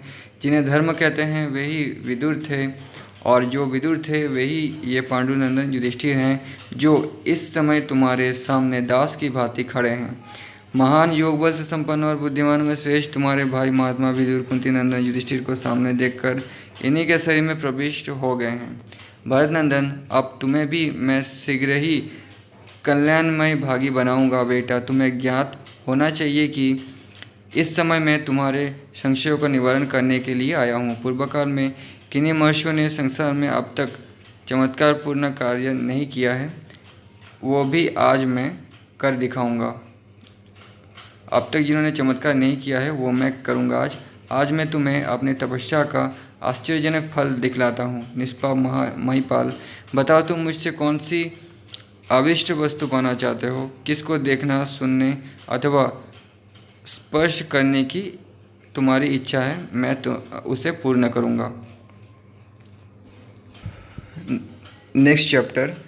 धृतराष्ट्र का मृत बांधवों के शोक से दुखी होना, गांधारी और कुंती का व्यास जी से अपने मरे हुए पुत्रों के दर्शन का अनुरोध करना। तो यहाँ पे वेद व्यास जी अपने मेहनत से प्राप्त किए हुए इल्यूजन पावर और हिप्नोटिज्म की शक्ति को दिखाएंगे। हिप्नोटाइज करके कुछ भी इल्यूजन क्रिएट किया जा सकता है, और उस समय ये बहुत हाई लेवल का हुआ करता था, जो अपने कर्म जप से प्राप्त करते थे साधु पुरुष। तो कैसे इल्यूजन क्रिएट करते हैं देखते हैं। जन्मेजय ने पूछा, ब्राह्मण, जब अपनी धर्मपत्नी गांधारी और बहू कुंती के साथ नृपश्रेष्ठ पृथ्वीपति धृतराष्ट्र वनवास के लिए चले गए, विदुर जी सिद्धि को प्राप्त होकर धर्मराज युधिष्ठिर के शरण में प्रविष्ट हो गए और समस्त पांडव आश्रम मंडल में निवास करने लगे। उस समय परम तेजस्वी व्यास जी ने जो ये कहा था कि मैं आश्चर्यजनक घटना करूँगा, वो किस प्रकार हुई ये मुझे बताइए। जन्मेजय ने वैशंपायन जी से पूछा। तब उन्होंने बताया, अपनी मर्यादा से कभी च्युत न होने वाले कुरुवंशी राजा युधिष्ठिर कितने दिनों तक सब लोगों के साथ वन में रहे थे। प्रभु, निष्पाप मुनि, सैनिकों और अंतपुर की स्त्रियों के साथ वे महात्मा पांडव क्या आहार करके वहाँ निवास करते थे। वैशंपायन जी कहते हैं, राजन, कुरुराज धृतराष्ट्र ने पांडवों को नाना प्रकार के अन्य पान ग्रहण करने की आज्ञा दे दी थी, अतः वे वहाँ विश्राम पाकर सभी तरह के उत्तम भोजन करते थे। वे सेनाओं तथा अंतपुर की स्त्रियों के साथ वहाँ 1 मास तक वन में विहार करते रहे। आनक, इसी बीच में जैसे मैंने तुम्हें बताया है, वहाँ व्यास जी का आगमन हुआ। राजन, राजा धृतराष्ट्र के समय व्यास जी के पीछे बैठे हुए उन सब लोगों में जब उपयुक्त बातें होती रही, उसी समय वहाँ दूसरे मुनि भी आए। भारत उसमें उनमें नारद, पर्वत, महातपस्वी देवल, विश्ववसु, तुम्बुरु और चित्रसेन भी थे। धृतराष्ट्र की आज्ञा से महातपस्वी कुरुराज युधिष्ठिर ने उन सब की भी यथोचित पूजा की। युधिष्ठिर से पूजा ग्रहण करके वे सब के सब मोर पंख के बने हुए पवित्र एवं श्रेष्ठ आसनों पर विराजमान हुए। कुरुश्रेष्ठ उन सब के बैठ जाने पर पांडवों से घिरे हुए परम बुद्धिमान राजा धृतराष्ट्र बैठे। गांधारी, कुंती, द्रौपदी, सुभद्रा और दूसरी स्त्रियां अन्य स्त्रियों के साथ आसपास ही एक साथ बैठ गई। नरेश्वर, उस समय उन लोगों में धर्म से संबंध रखने वाली दिव्य कथाएं होने लगी। प्राचीन ऋषियों तथा देवताओं और असुरों से संबंध रखने वाली चर्चाएं छिड़ गई। बातचीत के अंत में संपूर्ण वेदवेत्ताओं और वक्ताओं में श्रेष्ठ महातेजस्वी महर्षि व्यास जी ने प्रसन्न होकर प्रजाचक्षु राजा धृतराष्ट्र से पुनः वही बात कही। राजेंद्र, तुम्हारे हृदय में जो कहने की इच्छा हो रही है उसे मैं जानता हूँ। तुम निरंतर अपने मरे हुए पुत्रों के शोक से जलते रहते हो। महाराज, गांधारी, कुंती और द्रौपदी के हृदय में भी जो दुख सदा बना रहता है वो भी मुझे ज्ञात है। श्री कृष्ण की बहन सुभद्रा अपने पुत्र अभिमन्यु के मारे जाने का जो दुष्य दुख हृदय में धारण करती हैं वो भी मुझसे अज्ञात नहीं है। कौरवनंदन नरेश और वास्तव में तुम सब लोगों का ये समागम सुनकर तुम्हारे मानसिक संदेशों का निवारण करने के लिए मैं यहाँ आया हूँ। ये देवता, गंधर्व, महर्षि सब लोग आज मेरी चिरसंचित तपस्या का प्रभाव देखें। महाप्राज्ञ नरेश, बोलो, मैं तुम्हें कौन सा अभिष्ट मनोरथ प्रदान करूं? आज मैं तुम्हें मनोवांछित वर देने को तैयार हूं। तुम मेरी तपस्या का फल देखो। अमित बुद्धिमान महर्षि व्यास के ऐसा कहने पर महाराज धृतराष्ट्र ने 2 घड़ी तक विचार करके इस प्रकार कहना आरंभ किया। भगवान, मैं धन्य हूँ, आप लोगों की कृपा का पात्र हूँ तथा मेरा ये जीवन भी सफल है क्योंकि आज यहाँ आप जैसे साधु महात्मा का समागम मुझे प्राप्त हुआ। तपोधन, आप ब्रह्मतुल्य महात्माओं का जो संग मुझे प्राप्त हुआ उससे मैं समझता हूँ कि यहाँ अपने लिए अविष्ट गति मुझे प्राप्त हो गई। इसमें संदेह नहीं कि मैं आप लोगों के दर्शन मात्र से पवित्र हो गया। निष्पाप महर्षियों, अब मुझे परलोक से कोई भय नहीं है, परंतु अत्यंत खोटी बुद्धि वाले उस मंदबुद्धि दुर्योधन के अन्याय से जो मेरे सारे पुत्र मारे गए हैं, उन्हें पुत्रों में आसक्त होने वाला मैं सदा उन्हें याद करता हूँ, इसलिए मेरे मन में बड़ा दुख होता है। पापपूर्ण विचार रखने वाले उस दुर्योधन ने निरपराध पांडवों को सताया और घोड़ों, मनुष्यों और हाथियों सहित इस सारी पृथ्वी के वीरों का नाश कर डाला। अनेक देशों के स्वामी महामनुष्यवी नरेश मेरे पुत्र की सहायता के लिए आकर सबके सब मृत्यु के अधीन हो गए। वे सब शूरवीर भूपाल अपने पिताओं, पत्नियों, प्राणियों और मन को प्रिय लगने वाले भोगों का परित्याग करके यमलोक को चले गए। ब्राह्मण, जो मित्र के लिए युद्ध में मारे गए उन राजाओं की क्या गति हुई होगी तथा जो रणभूमि में वीर गति को प्राप्त हुए हैं उन मेरे पुत्र और पौत्रों को किस गति प्राप्त हुई होगी। महाबली शांतनु नंदन भीष्म तथा वृद्ध ब्राह्मण प्रबल द्रोणाचार्य का वध कराकर मेरे मन को बारंबार दुष्य संताप प्राप्त होता है। आप पवित्र बुद्धि वाले मेरे पापी एवं मूर्ख पुत्र ने समस्त भूमंडल के राज्य का लोभ करके आपने दीप्तिमान कुल का विनाश कर डाला। ये सारी बातें याद करके मैं रात दिन जलता रहता हूँ। दुख और शोक से पीड़ित होने के कारण मुझे शांति नहीं मिलती है। पिताजी, इन्हीं चिंताओं में पड़े पड़े मुझे कभी शांति नहीं प्राप्त होती। वैशंपायन जी कहते, जन्मेजय, राजर्षि धृतराष्ट्र का वो भांति भांति से विलाप सुनकर गांधारी का शोक फिर से नया सा हो गया। कुंती, द्रौपदी, सुभद्रा और कुरुराज की उन सुंदरी बधुओं का शोक भी फिर से उमड़ आया। आंखों पर पट्टी बांधे गांधारी देवी ससुर के सामने हाथ जोड़कर खड़ी हो गई और पुत्र शोक से संतप्त होकर इस प्रकार बोली, मुनिवर प्रभु, इन महाराज को अपने मरे हुए पुत्र के लिए शोक करते आज 16 वर्ष बीत गए, किंतु अब तक उन्हें शांति नहीं मिली। महामुनि, मैं भूमिपाल धृतराष्ट्र पुत्र शोक से संतप्त हो लंबी सांस खींचते आहें भरते रहते हैं। इन्हें रात दिन नींद नहीं आती। आप अपने तपोबल से इन सब लोग को दृष्टि दूसरी करने में समर्थ हैं, फिर लोकांतर में गए हुए पुत्रों को एक बार राजा से मिला देना आपके लिए कौन सी बड़ी बात है। ये द्रुपद कुमारी कृष्णा मुझे अपनी समस्त पुत्र वधुओं में सबसे अधिक प्रिय है। इस बेचारी के भाई बंधु और पुत्र सभी मारे गए हैं, जिससे ये अत्यंत शोकमग्न रहा करती है। सदा मंगलमय वचन बोलने वाली श्री कृष्ण की बहन भाभिनी सुभद्रा सर्वथा अपने पुत्र अभिमन्यु के वध से संतप्त निरंतर शोक में डूबी रहती है। ये भूरिश्रवा की परम प्यारी पत्नी बैठी है, जो पति की मृत्यु के शोक से व्याकुल हो अत्यंत दुख में मग्न रहती है। इसके बुद्धिमान ससुर कुरुश्रेष्ठ बाहिक भी मारे गए हैं। भूरिश्रवा के पिता सोमदत्त भी अपने पिता के साथ ही उस महासमर में वीर गति को प्राप्त हुए हैं। आपके पुत्र संग्राम में पीठ न दिखाने वाले परम बुद्धिमान जो ये श्रीमान महाराज हैं, इनके जो 100 पुत्र समरांगन में मारे गए हैं थे, उनकी ये 100 स्त्रियाँ बैठी हैं। ये मेरी बहुएं दुख और शोक के आघात सहन करती हुई मेरे और महाराज के भी शोक को बारंबार बढ़ा रही हैं। महामुनि, ये सब की सब लोक के महान आवेग से रोती हुई मुझे ही घेर कर बैठी रहती हैं। प्रभु, जो मेरे महामनस्वी ससुर सुरवीर महारथी सोमदत्त आदि मारे गए हैं, उन्हें कौन सी गति प्राप्त हुई है भगवान?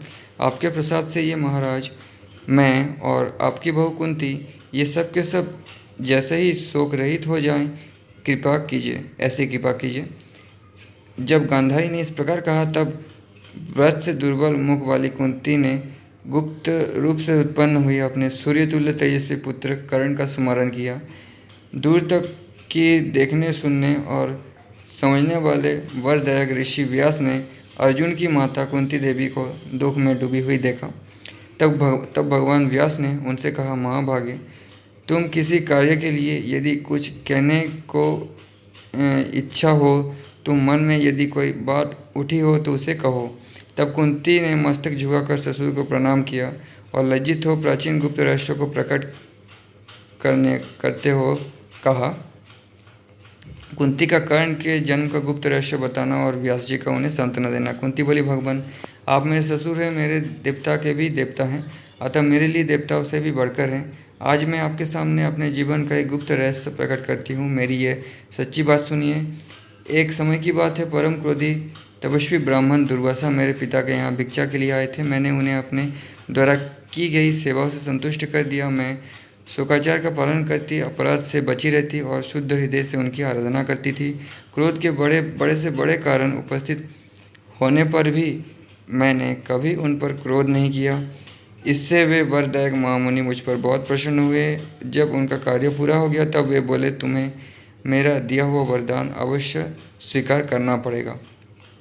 उनकी बात सुनकर मैंने साप के भय से पुनः उन ब्रह्मर्षि से कहा, भगवान, ऐसा ही हो। तब वे ब्राह्मण देवता फिर मुझसे बोले, भद्र, तुम धर्म की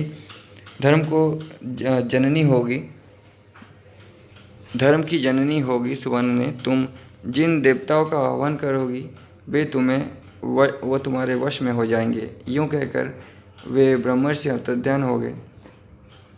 उस समय मैं वहाँ आश्चर्य से चकित हो गई। किसी भी अवस्था में उनका बात मुझे भूलती नहीं थी। एक दिन जब मैं अपने महल की छत पर खड़ी थी, उगते हुए सूर्य पर मेरी दृष्टि पड़ी। महर्षि दुर्वासा के वचनों का स्मरण करके मैं दिन रात सूर्यदेव को चाहने लगी। उस समय मैं बाल स्वभाव से युक्त थी। सूर्यदेव के आगमन से किस दोष की प्राप्ति होगी, इससे मैं नहीं समझ सकी। इधर मेरे आह्वान करते ही भगवान सूर्य पास आकर खड़े हो गए। वे अपने दो शरीर बनाकर एक से आकाश में रहकर संपूर्ण विश्व को प्रकाशित करने लगे और दूसरे से पृथ्वी पर मेरे पास आ गए। मैं उन्हें देखते ही कांपने लगी। वे बोले, देवी, मुझसे कोई वर मांगो। तब मैंने सिर झुकाकर उनके चरणों में प्रणाम किया और कहा, कृपया यहाँ से चले जाइए। तब उन प्रचंड रश्मि सूर्य ने मुझसे कहा, मेरा आह्वान व्यर्थ नहीं हो सकता। तुम कोई ना कोई वर अवश्य मांग लो, अन्यथा मैं तुमको और जिसने तुम्हें वर दिया है उस ब्राह्मण को भी भस्म कर डालूंगा। तब मैं उन निरपराध ब्राह्मण को साप से बचाते हुए बोली, देव, मुझे आपके समान पुत्र प्राप्त हो। इतना कहते ही सूर्यदेव मुझे मोहित करके अपने तेज के द्वारा मेरे शरीर में प्रविष्ट हो गए।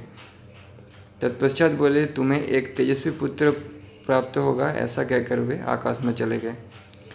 तब से मैं इस वृत्तांत को पिताजी से छिपाए रखने के लिए महल के भीतर ही रहने लगी और जब गुप्त रूप से बालक उत्पन्न हुआ तो उसे मैंने पानी में बहा दिया। वही मेरा पुत्र कर्ण था। शरीर में प्रवेश क्या किया ये तो आप समझ ही सकते हैं। विप्रवर उसके जन्म के बाद पुनः उन्हीं भगवान सूर्य की कृपा से मैं कन्या भाव को प्राप्त हो गई। जैसा कि उन महर्षि ने कहा था वैसा ही हुआ।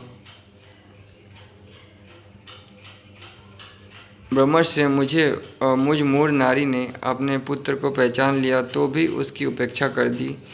यह भूल मुझे शोकाग्नि से दग्ध करती रहती है। आपको तो ये बात अच्छी तरह ज्ञात ही है भगवान। मेरा यह कार्य पाप हो या पुण्य, मैंने इसे आपके सामने प्रकट कर दिया। आप मेरे उस दाहक शोक को दूर कर दें। निष्पाप मुनि श्रेष्ठ, इन महाराज के हृदय में जो बात है वो भी आपको विदित ही है। ये अपने मनोरथ को आज ही प्राप्त करें, ऐसी कृपा कीजिए। कुंती के ऐसा इस प्रकार कहने पर वेदवेत्ताओं में श्रेष्ठ महर्षि व्यास ने कहा, बेटी तुमने जो कुछ कहा है ये सब ठीक है, ऐसे ही होनहार थी, इसमें तुम्हारा कोई अपराध नहीं है, क्योंकि उस समय तुम कुमारी बालिका थी। देवता लोग अनिमा आदि ऐश्वर्य से संपन्न होते हैं, अतः दूसरे शरीरों में प्रविष्ट हो जाते हैं। बहुत से ऐसे देव समुदाय हैं जो संकल्प, वचन, दृष्टि, स्पर्श और समागम, इन पांचों प्रकार से पुत्र उत्पन्न करते हैं। समागम का मतलब है शारीरिक संबंध या संभोग। कुंती, देव धर्म के द्वारा मनुष्य धर्म दूषित नहीं होता, इस बात को जान लो। अब तुम्हारी मानसिक चिंता दूर हो जानी चाहिए। बलवानों का सब कुछ ठीक या लाभदायक है, बलवानों का सारा कार्य पवित्र है, बलवानों का सब कुछ धर्म है और बलवानों के लिए सारी वस्तुएं अपनी हैं। व्यास जी के द्वारा धृतराष्ट्र आदि के पूर्व जन्म का परिचय तथा उनके कहने से सब लोगों का गंगा तट पर जाना। व्यास जी ने कहा, भद्रे गांधारी, आज रात में तुम अपने पुत्र भाइयों और उनके मित्रों को देखोगी। तुम्हारी बधुएं तुम्हें पतियों के साथ साथ सोकर उठी हुई सी दिखाई देगी। कुंती कर्ण को, सुभद्रा, अभिमन्यु को, द्रौपदी, पांचों पुत्रों को, पिता को और भाइयों को भी देखेगी। राजा धृतराष्ट्र, जब राजा धृतराष्ट्र ने, तुमने और कुंती ने भी मुझे इसके लिए प्रेरित किया था, उससे पहले ही मेरे हृदय में ये मित्र व्यक्तियों के दर्शन कराने का निश्चय हो गया था। तुम्हें क्षत्रिय परायण होकर तदनुसार ही वीर गति को प्राप्त हुए उन समस्त महामनुष्य नर श्रेष्ठ वीरों के लिए कदापि शोक नहीं करना चाहिए। सती सावित्री देवी, ये देवताओं का कार्य था और इसी रूप में अवश्य होने वाला था, इसलिए सभी देवताओं के अंश इस पृथ्वी पर अवतीर्ण हुए थे। गंधर्व, अप्सरा, पिशाच, गुहक, राक्षस, पुण्यजन, सिद्ध, देवर्षि, देवता, दानव और निर्मल देवर्षिगण, ये सभी यहाँ अवतार लेकर कुरुक्षेत्र के समरांगन में वध को प्राप्त हुए हैं। गंधर्वों के लोक में जो बुद्धिमान गंधर्व राज धृतराष्ट्र के नाम से विख्यात है, धृतराष्ट्र नाम से विख्यात हैं, वही मनुष्य लोक में तुम्हारे पति धृतराष्ट्र के रूप में अवतीर्ण हुए हैं। अपनी महिमा से कभी च्युत न होने वाले राजा पांडु को तुम मरुदगणों से भी श्रेष्ठतम समझो। विदुर धर्म के अंश थे, राजा युधिष्ठिर भी धर्म के ही अंश हैं। दुर्योधन को कलयुग समझो और शकुनी को द्वापर समझो, शुभ दर्शन है। अपने दुशासन आदि पुत्रों को राक्षस जानो। शत्रु का दमन करने वाले बलवान भीमसेन को मरुद गणों के अंश से उत्पन्न मानो। इन कुंती पुत्र धनंजय को तुम पुरातन ऋषि नर समझो, और पुरातन ऋषि जो नर हैं उन वो जुड़वा भाई थे, नर और नारायण। नर का दूसरा जन्म अर्जुन है और नारायण का दूसरा जन्म कृष्ण है, और दोनों नर नारायण विष्णु के ही अवतार थे। भगवान श्री कृष्ण नारायण ऋषि के अवतार हैं। नकुल और सहदेव दोनों को अश्विनी कुमार समझो। कल्याणी जो केवल बैर बढ़ाने के लिए उत्पन्न हुआ था और कौरव पांडवों में संघर्ष पैदा करने वाला था, उस कर्ण को सूर्य समझो। मतलब कर्ण का जन्म कौरव पांडवों का झगड़ा कराने के लिए हुआ था। अच्छा, जिस पांडव पुत्र को 6 महारथियों ने मिलकर मारा था, उस सुभद्रा कुमार अभिमन्यु के रूप में साक्षात चंद्रमा ही इस भूतल पर अवतीर्ण हुए थे। वे अपने योग बल से 2 रूपों में प्रकट हो गए थे। शोभा ने तपने वालों में श्रेष्ठ सूर्यदेव अपने शरीर के 2 भाग करके एक से संपूर्ण लोकों को ताप देते थे और दूसरे भाग से कर्ण के रूप में अवतीर्ण हुए। इस तरह कर्ण को तुम सूर्य रूप जानो। तुम्हें यह भी ज्ञात होना चाहिए कि जो द्रौपदी के साथ अग्नि से प्रकट हुआ था, वो दृष्टिदुम्य अग्नि का शुभ अंश था और शिखंडी के रूप में एक राक्षस ने अवतार लिया था। द्रोणाचार्य को बृहस्पति का और अश्वत्थामा को रुद्र का अंश जानो। तो शिखंडी का जो पिछला जन्म था वो अम्बा था, वो राक्षस का ही अंश था और उसी का अंश शिखंडी है। द्रोणाचार्य को बृहस्पति का और अश्वत्थामा को रुद्र का अंश जानो। गंगा पुत्र भीष्म जी को मनुष्य योनि में अवतीर्ण हुआ एक वसु जानो। महाप्राज्ञ सो बने, इस प्रकार ये देवता कार्य बस मानव शरीर में जन्म ले अपना काम पूरा कर लेने पर पुनः स्वर्गलोक को चले गए हैं। तुम सब लोगों के हृदय में इनके लिए पारलौकिक भय के कारण जो चिरकाल से दुख भरा हुआ है उसे आज दूर कर दूंगा। इस समय तुम सब लोग गंगा जी के तट पर चलो, वहीं सबको समरांगन में मारे गए अपने सभी संबंधियों के दर्शन होंगे। तो व्यास जी सबको सांत्वना देने के लिए ऐसा कह रहे हैं और अभी सबको वो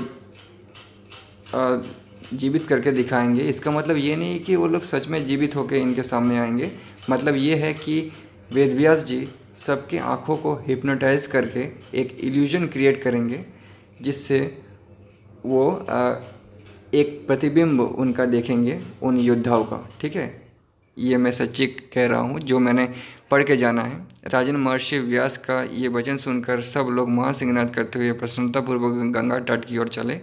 राजा धृतराष्ट्र अपने मंत्रियों, पांडवों, मुनिवरों तथा वहाँ आए हुए गंधर्वों के साथ गंगा जी के समीप गए। क्रमशः वो सारा जनसमुद्र गंगा जी के तट पर जा पहुँचा और वहीं सब वहीं ठहर गए। बुद्धिमान राजा धृतराष्ट्र स्त्री और वृद्धों को आगे करके पांडवों तथा सेवकों के साथ वहाँ अभिष्ट स्थान में ठहरे। मित्र राजाओं को देखने की इच्छा से सभी लोग वहाँ रात होने की प्रतीक्षा करते रहे, अतः वो दिन उसके लिए 100 वर्षों के समान जान पड़ा। जिस तरह से कृष्ण ने अर्जुन को हिप्नोटाइज करके मतलब जिसको दिव्य दृष्टि कहा जाता है पुराने समय के हिसाब से, अपना रूप दिखाया था, उसी प्रकार वेदव्यास जी भी सबको हिप्नोटाइज करके एक इल्यूजन दिखाएंगे सबको। तो भी वो धीरे धीरे बीत गया। तदनंतर सूर्यदेव परम अस्ताचल को जा पहुँचे। उस समय सब लोग स्नान करके चित संध्या वसन करके आदि कर्म में लग गए। सभी लोग संध्या बंदन आदि कर्म में लग गए, सूर्य की उपासना करने में लग गए। व्यास जी के प्रभाव से कुरुक्षेत्र के युद्ध में मारे गए कौरव पांडव वीरों का गंगा जी के जल से प्रकट होना। वैष्णव जी कहते हैं, जन्मे जी तदनंतर जब रात होने को आई तब जो लोग वहाँ आए थे वे सब सायंकालोचित नित्य नियम पूर्ण करके भगवान व्यास के समीप गए। पांडवों सहित धर्मात्मा धृतराष्ट्र पवित्र एवं एकाग्रचित हो उन ऋषियों के साथ व्यास जी के निकट जा बैठे। कुरुकुल की सारी स्त्रियां एक साथ हो गांधारी के समीप बैठ गई तथा नगर और जनपद के निवासी भी अवस्था के अनुसार यथास्थान विराजमान हो गए। तत्पश्चात तेजस्वी महामुनि व्यास ने भागीरथी के पवित्र जल में प्रवेश करके पांडव और कौरव पक्ष के सब लोगों का आह्वान किया। पांडवों और कौरवों के पक्ष में जो नाना देशों के निवासी महाभाग नरेश योद्धा बनकर आए थे उन सब का व्यास जी ने आह्वान किया। जन्मेजय तदनंतर जल के भीतर से कौरव और पांडवों की सेनाओं का पहले जैसा ही भयंकर शब्द प्रकट होने लगा। फिर तो भीष्म, द्रोण आदि सब राजा अपने सेनाओं के साथ सहस्त्रों की संख्या में उस जल से बाहर निकलने लगे।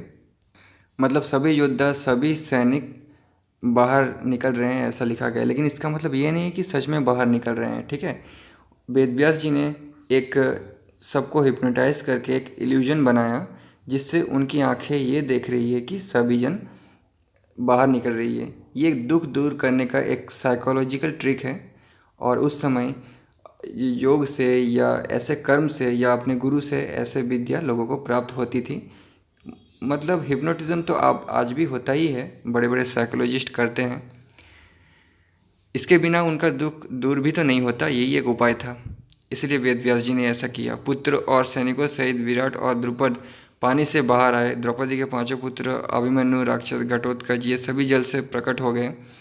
कर्ण, दुर्योधन, महारथी शकुनी, धृतराष्ट्र के पुत्र महाबली, दुशासन आदि, जरासंध कुमार, सहदेव, भगदत्त, पराक्रम, जलसंध, भूरिश्रवा, शल्य भाइयों सहित वृषसेन राजकुमार, लक्ष्मण, दृष्टिदुम्न के पुत्र, शिखंडी के सभी पुत्र भाइयों सहित दृष्टिकेतु, अचल, पृषक, राक्षस अलायुध, राजा वाहिक, सोमदत्त और चकितान। राक्षस अलायुध कौरवों की तरफ से लड़ा था और अलम्बुश भी।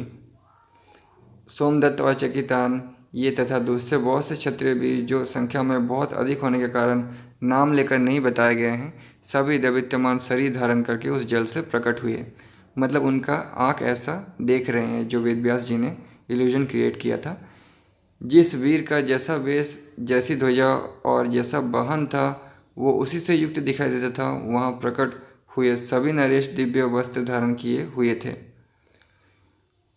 सबके कानों में चमकीले कुंडल शोभा पाते थे। उस समय वे बैर, अहंकार, क्रोध और मात्सर्य छोड़ चुके थे। गंधर्व उनके गुण गाते और बंदीजन स्तुति करते थे। उन सब ने दिव्य माला और दिव्य वस्त्र धारण कर रखे थे और सभी अप्सराओं से घिरे हुए थे। नरेश्वर उस समय सत्यवती नंदन मुनिवर व्यास ने प्रसन्न होकर अपने तपोबल से धृतराष्ट्र को दिव्य नेत्र प्रदान किया। यानी धृतराष्ट्र को भी हिप्नोटाइज किया। ठीक है, नेत्रों में दिव्य नेत्र प्रदान किया मतलब हिप्नोटाइज किया।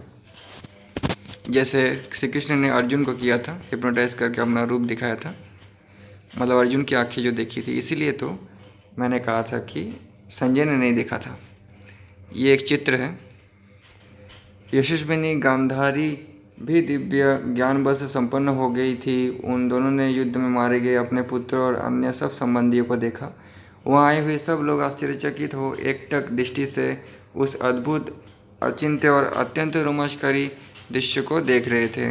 वो हर्षोत्पन्न नर नारियों से भरा हुआ महान आश्चर्यजनक उत्सव कपड़े पर अंकित किए गए चित्र की भांति दिखाई देता था।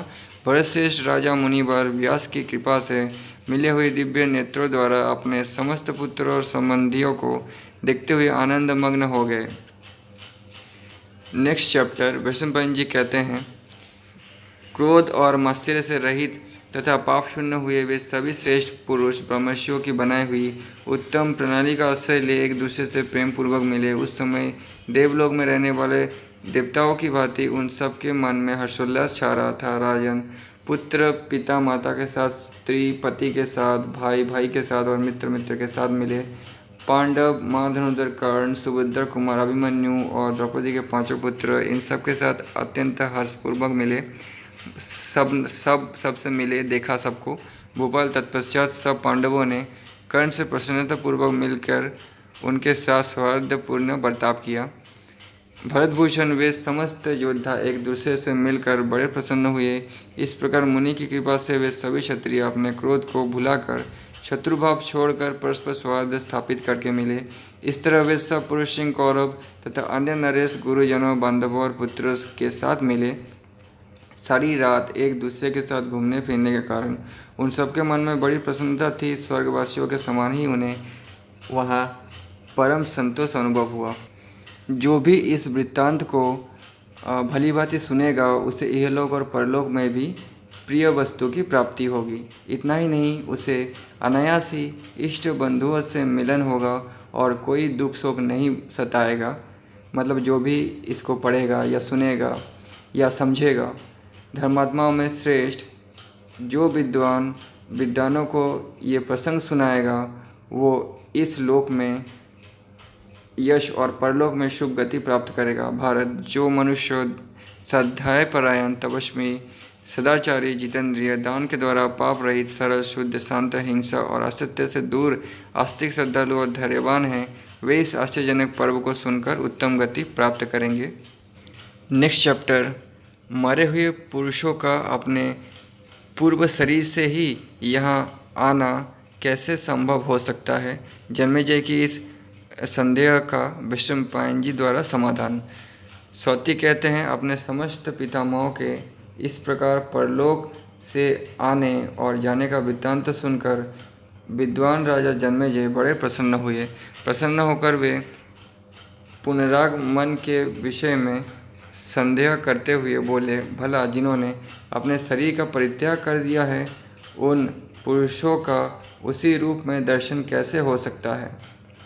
तो जैसा कि मैंने कहा कि वेद व्यास जी ने हिप्नोटाइज करके सबको दिखाया, ठीक है, लेकिन उसका जो लेवल है वो वैशंपायन जी अभी समझाएंगे। उस समय किस तरह का हिप्नोटिज्म हुआ करता था। उनके ऐसा कहने पर वक्ताओं में श्रेष्ठ प्रतापी व्यास शिष्य विप्रवर वैशंपायन ने जन्मेजय के इस सवाल का जवाब देते हुए कहा। वैशंपायन जी बोले, नरेश्वर, ये सिद्धांत है कि समस्त कर्मों का फल भोग किए बिना उसका नाश नहीं होता। जीवात्मा को जो शरीर और नाना प्रकार की आकृतियाँ प्राप्त होती हैं वे सब कर्म से मिलती हैं, कर्म जनित ही है। भूतनाथ भगवान के आश्रय से पांचों महाभूत हमारे शरीरों की अपेक्षा नित्य है। उन नित्य महाभूतों का अनित्य शरीर के साथ संसार दशा में नित्य संयोग है। अनित्य शरीरों का नाश होने पर इन नित्य महाभूतों का उनसे वियोग मात्र होता है, विनाश नहीं। कर्तव्य अभिमान के बिना अनायास किए जाने वाले कर्मों का जो फल प्राप्त होता है वो सत्य और श्रेष्ठ है, अर्थात मुक्तिदायक है। तो यहाँ पे वैशंपायन जी ये नहीं बता रहे हैं कि कैसे पॉसिबल हुआ या वो लोग सच में आए थे या नहीं आए थे, इसके बारे में बात नहीं हो रही है। वो जन्मेजय की बात को घुमाते हुए दूसरा ही कुछ कह रहे हैं। जब आप जन्मेजय का सवाल पढ़िए और वैशंपायन जी का जवाब पढ़िए, ये दोनों मैच नहीं कर रहे हैं, ठीक है। कर्तव्य अभिमान के बिना अनायास किए जाने वाले कर्म का जो फल प्राप्त होता है वो सत्य और श्रेष्ठ है, अर्थात मुक्तिदायक है। कर्तव्य अभिमान और परिश्रम पूर्वक किए हुए कर्मों से बंधा हुआ जीवात्मा सुख दुख का उपभोग करता है। क्षेत्रज्ञ इस प्रकार कर्मों से संयुक्त होकर भी वास्तव में अविनाशी ही है, यह निश्चित है, किंतु भूतों के साथ तद्यात्म भाव स्वीकार कर लेने के कारण वो ज्ञान के बिना उनसे अलग नहीं हो पाता। जब तक शरीर के प्रारब्ध कर्मों का क्षय नहीं होता तब तक उस जीव की उस शरीर से एक रूपता रहती है। जब कर्म का क्षय हो जाता है तब वह दूसरे स्वरूप को प्राप्त हो जाता है, मतलब मरने पर फिर पैदा हो जाता है, पुनर्जन्म होता है। भूत इंद्रिय आदि नाना प्रकार के पदार्थ शरीर को पाकर एकत्व को प्राप्त हो गए हैं। जो देह आदि को आत्मा से पृथक जानते हैं उन योगियों के लिए वे सारे पदार्थ नित्य आत्मा स्वरूप हो जाते हैं। अश्वमेध यज्ञ में जब अश्व का वध किया जाता है उस समय जो सूर्य तक्षु प्रांत इत्यादि मंत्र पढ़े जाते हैं उनसे ये सूचित होता है कि देहधारियों के प्राण इंद्रियां निश्चित रूप से सर्वथा लोकांतर में स्थित होती है। पृथ्वीनाथ तुम्हें प्रिय लगे तो मैं तुम्हारे हित की बात बताता हूँ। यज्ञ आरंभ करते समय तुमने देवयान मार्गों की बात सुनी होगी, वे ही तुम्हारे योग्य है। जब तुमने यज्ञ का अनुष्ठान आरंभ किया तभी से देवता लोग तुम्हारे हितैषी सुहृद हो गए। जब इस प्रकार देवता मित्र भाव से युक्त होते हैं तब वे जीवों को लोकांतर की प्राप्ति कराने में समर्थ होने के कारण उन पर अनुग्रह करके उन्हें अविष्ट लोकों की प्राप्ति करा देते हैं।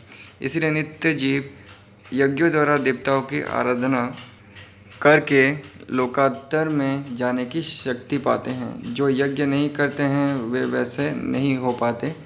ये पार्श्वभौतिक भौतिक वर्ग नित्य है और आत्मा भी नित्य है। ऐसी दशा में जो मनुष्य उस आत्मा का अनेक प्रकार के देहों से संबंध और उनके जन्म और नाश की आत्मा का भी जन्म और नाश समझता है उसकी बुद्धि व्यर्थ है। जो मनुष्य उस आत्मा को अनेक प्रकार के देहों से संबंध रखने वाला तथा उनके जन्म और नाश का मतलब आत्मा का जन्म नाश समझता है वो मनुष्य व्यर्थ है। इसी प्रकार किसी से किसी का वियोग हो जाने पर जो अत्यंत शोक करता है वो भी मेरे मत में बालक ही है। जो वियोग में दोष देखता है वो संयोग का त्याग कर दे, क्योंकि असंग आत्मा से संगम या संयोग नहीं है, उसमें संयोग का आरोप करता है, उसी को इस भूतल पर वियोग का दुख सहना पड़ता है। दूसरा जो अपने पराये के ज्ञान में ही उलझा रहता है वो अभिमान से ऊपर नहीं उठ पाता। जो किसी के लिए पराये नहीं है उस आत्मा को जानने वाला पुरुष उत्तम बुद्धि को पाकर मोह से युक्त हो जाता है, मोह से मुक्त हो जाता है। वो मुक्त पुरुष अव्यक्त रूप से ही प्रकट हुआ था और पुनः अव्यक्त में ही लीन हो गया। ना मैं उसे जानता हूँ ना वो मुझ में ना वैराग्य है ना बंधन है। ये पराधीन जीव जिस शरीर से कर्म करता है उस शरीर से उसका फल अवश्य भोगता है। मानस कर्म का फल मन से और शारीरिक कर्म का फल शरीर धारण करके भोगता है। नेक्स्ट चैप्टर, व्यास जी की आज्ञा से पांडवों को विदा करना और पांडवों का दलबल सहित हस्तिनापुर में जाना। जन्मेजय ने पूछा, ब्राह्मण राजा धृतराष्ट्र और युधिष्ठिर ने परलोक से आए हुए पुत्रों पौत्रों और सगे संबंधियों के दर्शन करके क्या किया? बिशनबैन जी ने कहा, नरेश्वर, मरे हुए पुत्रों का दर्शन एक महान आश्चर्य की घटना थी। उसे देखकर राजर्षि धृतराष्ट्र का दुख शोक दूर हो गया। वे फिर अपने आश्रम पर लौट आए। दूसरे सब लोग तथा महर्षिगण धृतराष्ट्र की अनुमति ले अपने अपने अभिष्ट स्थान को चले गए। महात्मा पांडव छोटे बड़े सैनिकों और अपनी स्त्रियों के साथ पुनः महामना राजा धृतराष्ट्र के पीछे पीछे गए। उस समय लोक पूजित बुद्धिमान सत्यवती नंदन ब्रह्मर्षि व्यास भी उस आश्रम पर गए तथा इस प्रकार बोले, कौरव नंदन महाबाहु धृतराष्ट्र, आपने श्रद्धा और कुल में बड़े चढ़े वेद वेदांग विद्या ज्ञान वृद्ध पुण्य कर्मा एवं धर्मज्ञ प्राचीन महर्षियों के मुख से नाना प्रकार की कथाएं सुनी है। अतः अपने मन से शोक को निकाल दो, क्योंकि विद्वान पुरुष प्रारब्ध के विधान में दुख नहीं मानते हैं। तुमने देवदर्शी नारद मुनि से देवताओं का गुप्त रहस्य भी सुन लिया है। वे सब वीर क्षत्रिय धर्म के अनुसार शास्त्र से पवित्र हुई शुभ गति को प्राप्त हुए हैं। जैसा कि तुमने देखा है, तुम्हारे सभी पुत्र इच्छा अनुसार विहार करने वाले स्वर्गवासी हुए हैं। ये बुद्धिमान राजा युधिष्ठिर अपने समस्त भाइयों, घर की स्त्रियों और सुहृदों के साथ स्वयं तुम्हारी सेवा में लगे हुए हैं। अब इन्हें विदा कर दो, ये जाएं और अपने राज्य का काम संभालें। इन लोगों को वन में रहते 1 महीने से अधिक हो गया। कुरुश्रेष्ठ नरेश्वर, राज्य के बहुत से शत्रु होते हैं, अतः इनकी सदा ही यत्नपूर्वक रक्षा करनी चाहिए। अनुपम तेजस्वी व्यास जी के ऐसा कहने पर प्रवचन कुशल कुरुराज धृतराष्ट्र ने युधिष्ठिर को बुलाकर इस प्रकार कहा, अजातशत्रु, तुम्हारा कल्याण हो। तुम अपने भाइयों सहित मेरी बात सुनो। भोपाल तुम्हारे प्रसाद से अब हम लोगों को किसी प्रकार का शोक कष्ट नहीं दे रहा है। बेटा तुम्हारे साथ रहकर तथा तुम जैसे रक्षक से सुरक्षित होकर मैं उसी प्रकार आनंद का अनुभव कर रहा हूँ जैसे पहले हस्तिनापुर में करता था। विद्वान परिजनों की सेवा में लगे रहने वाले तुम्हारे द्वारा मुझे पुत्र का फल प्राप्त हो गया। तुम पर मेरा बहुत प्रेम है महाभाव पुत्र। मेरे मन में तुम्हारे प्रति किंचित मात्र भी क्रोध नहीं है। अतः तुम राजधानी को जाओ, अब विलंब ना करो। तुमको यहाँ देखकर मेरी तपस्या में बाधा पड़ रही है। ये शरीर तपस्या में लगा दिया था, परंतु तुम्हें देखकर फिर इसकी रक्षा करने लगा। बेटा, मेरी ही तरह तुम्हारी ये दोनों माताएं भी व्रत धारणा पूर्वक सूखे पत्ते चबा कर रहा करती है। अब ये अधिक दिनों तक जीवन धारण नहीं कर सकती। तुम्हारे समागम और व्यास जी के तपोबल से मुझे अपने परलोकवासी पुत्र दुर्योधन आदि के दर्शन हो गए, इसलिए मेरे जीवित रहने का प्रयोजन पूरा हो गया। अनग अब मैं कठोर तपस्या में संलग्न होऊंगा। तुम इसके लिए मुझे अनुमति दे दो। महाबाहु, आज से पितरों के पिंड का, सुयश का और इस कुल का भार भी तुम्हारे ही ऊपर है। पुत्र, आज या कल अवश्य चले जाओ, विलंब न करना। भरतश्रेष्ठ प्रभु, तुमने राजनीति बहुत बार सुनी है, अतः तुम्हें संदेश देने लायक कोई भी बात मुझे नहीं दिखाई देती। तुमने मेरे लिए बहुत कुछ किया है। विष्णुपंत जी कहते हैं, जन्मेजय जब राजा धृतराष्ट्र ने ऐसी बात कही, तब युधिष्ठिर ने उनसे इस प्रकार कहा, धर्म की ज्ञाता महाराज, आप मेरा परित्याग न करें, क्योंकि मैं सर्वथा निरपराध हूँ। मेरे ये सब भाई और सेवक इच्छा हो तो चले जाएं, किंतु मैं नियम और व्रत का पालन करता हुआ आपकी तथा इन दोनों माताओं की सेवा करूँगा। ये सुनकर गांधारी ने कहा, बेटा ऐसा बात ना कहो, मैं जानती हूँ, मैं कहती हूँ उसे सुनो। ये सारा कुरुकुल तुम्हारे ही अधीन है। मेरे ससुर का पिंड भी तुम पर ही अवलंबित है। अतः पुत्र, तुम जाओ। तुमने हमारे लिए जितना किया है वही बहुत है। तुम्हारे द्वारा हम लोगों का स्वागत सत्कार भली भांति हो चुका है। इस समय महाराज जो आज्ञा दे रहे हैं वही करो, क्योंकि पिता का वचन मानना तुम्हारा कर्तव्य है। विष्णुपंत जी कहते हैं, राजन गांधारी के इस प्रकार आदेश देने पर राजा युधिष्ठिर ने अपने आंसू भरे नेत्रों को पोंछकर रोती हुई कुंती से कहा, माँ, राजा और यशस्विनी गांधारी देवी मुझे घर लौटने की आज्ञा दे रहे हैं, किंतु मेरा मन आप में लगा हुआ है। जाने का नाम सुनकर ही मैं बहुत दुखी हो जाता हूँ। ऐसी दशा में मैं कैसे जा सकूँगा? धर्मचारिणी, मैं आपकी तपस्या में विघ्न डालना नहीं चाहता, क्योंकि तप से बढ़कर कुछ नहीं है।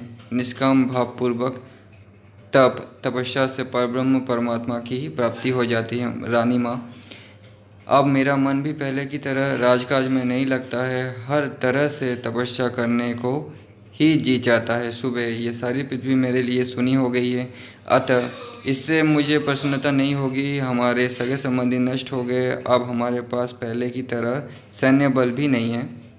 पांचालों का तो सर्वथा नाश ही हो गया, उनकी कथा मात्र शेष रह गई है। सुबह अब मुझे कोई ऐसा नहीं दिखाई देता जो उनके वंश को चलाने वाला हो। प्राय द्रोणाचार्य ने ही सबको समरांगन में भस्म कर डाला था। जो थोड़े से बच गए थे उन्हें द्रोणपुत्र अश्वत्थामा ने रात को सोते समय मार डाला। हम लोगों के सैनिकों को और पुत्रों को हमारे संबंधी चेदी और मत्स्य देश के लोग भी जैसे पहले देखे गए थे वैसे ही अब नहीं रहे। केवल भगवान श्री कृष्ण के आश्रय में विष्णुवंशी वीरों का समुदाय अब तक सुरक्षित है। उसे ही देखकर अब मैं केवल धर्म संवर्धन की इच्छा से यहाँ रहना चाहता हूँ, धन के लिए नहीं। तुम हम सब लोगों की और कल्याणमयी दृष्टि से देखो, क्योंकि तुम्हारा दर्शन हम लोगों के लिए अब दुर्लभ हो जाएगा। कारण ही राजा धृतराष्ट्र अब बड़ी कठोर और असह्य तपस्या आरंभ करेंगे। ये सुनकर योद्धाओं के स्वामी महाबाहु सहदेव अपने दोनों नेत्रों में आंसू भरकर युधिष्ठिर से इस प्रकार बोले, भरतश्रेष्ठ, मुझ में माताओं को छोड़कर जाने का साहस नहीं है। प्रभु आप शीघ्र लौट जाइए, मैं यही रहकर तपस्या करूंगा और तप के द्वारा अपने शरीर को सुखा डालूंगा। मैं यहाँ महाराज और इन दोनों माताओं के चरणों की सेवा में ही अनुरक्त रहना चाहता हूँ। ये सुनकर कुंती ने महाबाहु सहदेव को छाती से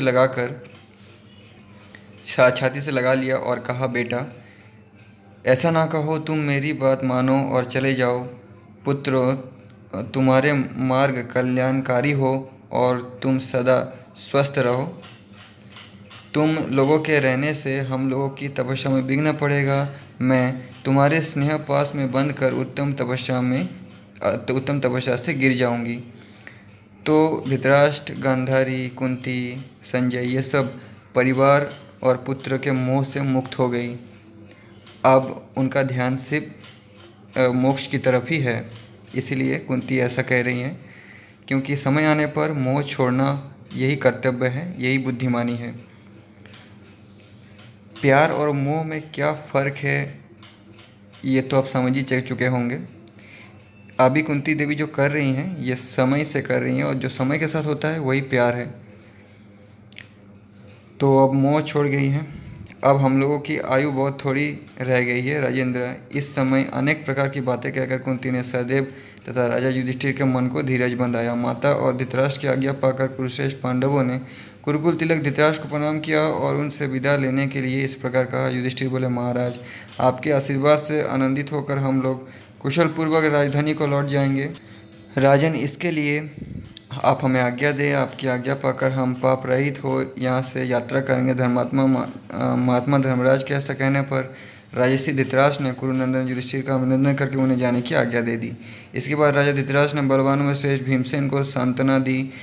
बुद्धिमान एवं पराक्रमी भीमसेन ने भी उनकी बातों को यथार्थ रूप से ग्रहण किया, हृदय से स्वीकार किया। तदनंतर धृतराष्ट्र ने अर्जुन और पुरुष प्रवर नकुल सहदेव को छाती से लगा उनका अभिनंदन करके विदा किया। इसके बाद उन पांडवों ने गांधारी के चरणों में प्रणाम करके उनकी आज्ञा ली।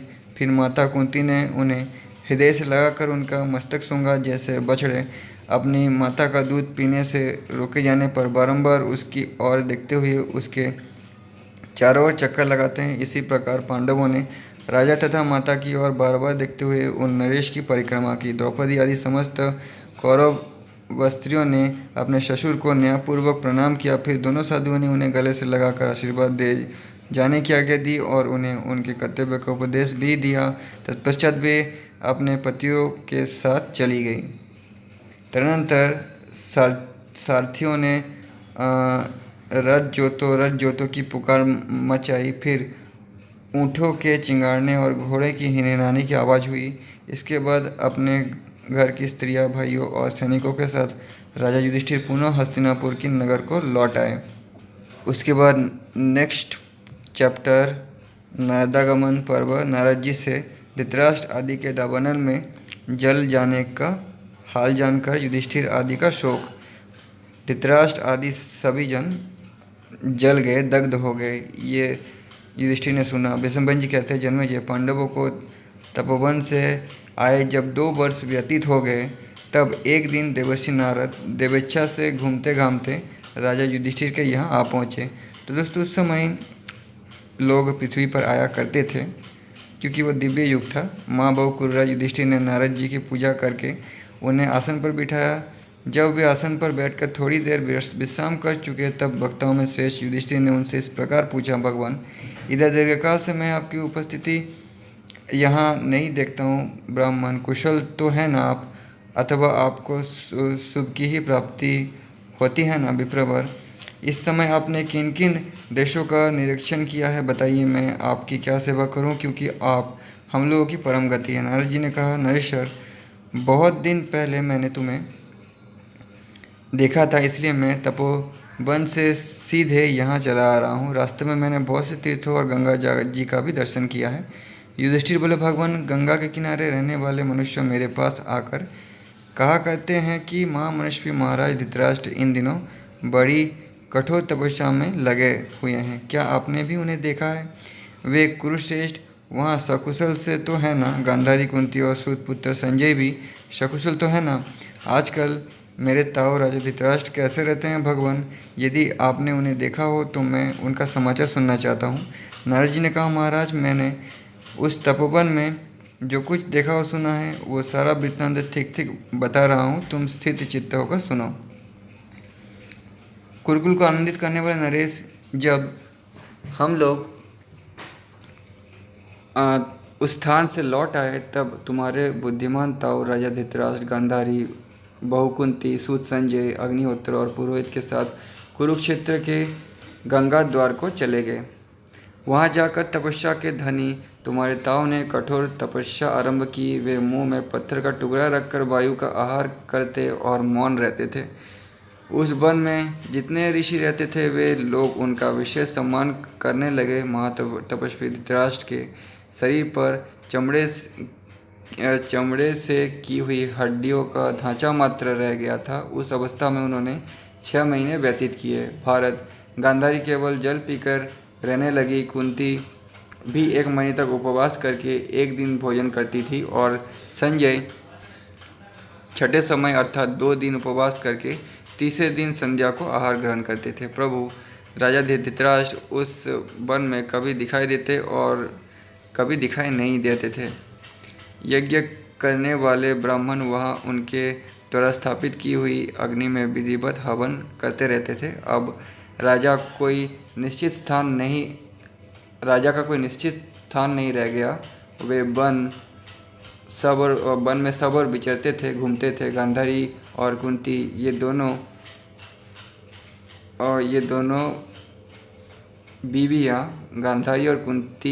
बीवियाँ साथ रहकर राजा के पीछे पीछे लगी रहती थी। संजय भी उन्हीं का अनुसरण करते थे। नीची नीची भूमि आ जाने पर संजय ही राजा धृतराष्ट्र को लाते थे, और अनिंदिता सती सावित्री कुंती गांधारी के लिए सदा बनी हुई थी। तदनंतर एक दिन की बात है, बुद्धिमान नृपश्रेष्ठ धृतराष्ट्र ने गंगा के कचार में जाकर उनके जल में डुबकी लगाई, और स्नान के पश्चात वे अपने आश्रम को चल पड़े। इतने ही में वहाँ बड़े जोर से हवा चली, जिससे उस वन में बड़ी भारी दावाग्नि प्रज्वलित हो उठी, यानी आग लग गई। उसके चारों ओर से उस सारे वन को जलाना आरंभ किया। सब और मृगों के झुंड और सर्प दग्ध होने लगे। बनेले सुअर भाग भाग कर जलाशयों की शरण लेने लगे। राजन, सारा वन आग से घिर गया, और उन लोगों पर बड़ा भारी संकट आ गया। उपवास करने से प्राण शक्ति क्षीण हो जाने के कारण राजा धृतराष्ट्र वहाँ से भागने में असमर्थ थे। तुम्हारी दोनों माताएं भी अत्यंत दुर्बल हो गई थी, अतः वे भी भागने में असमर्थ थी।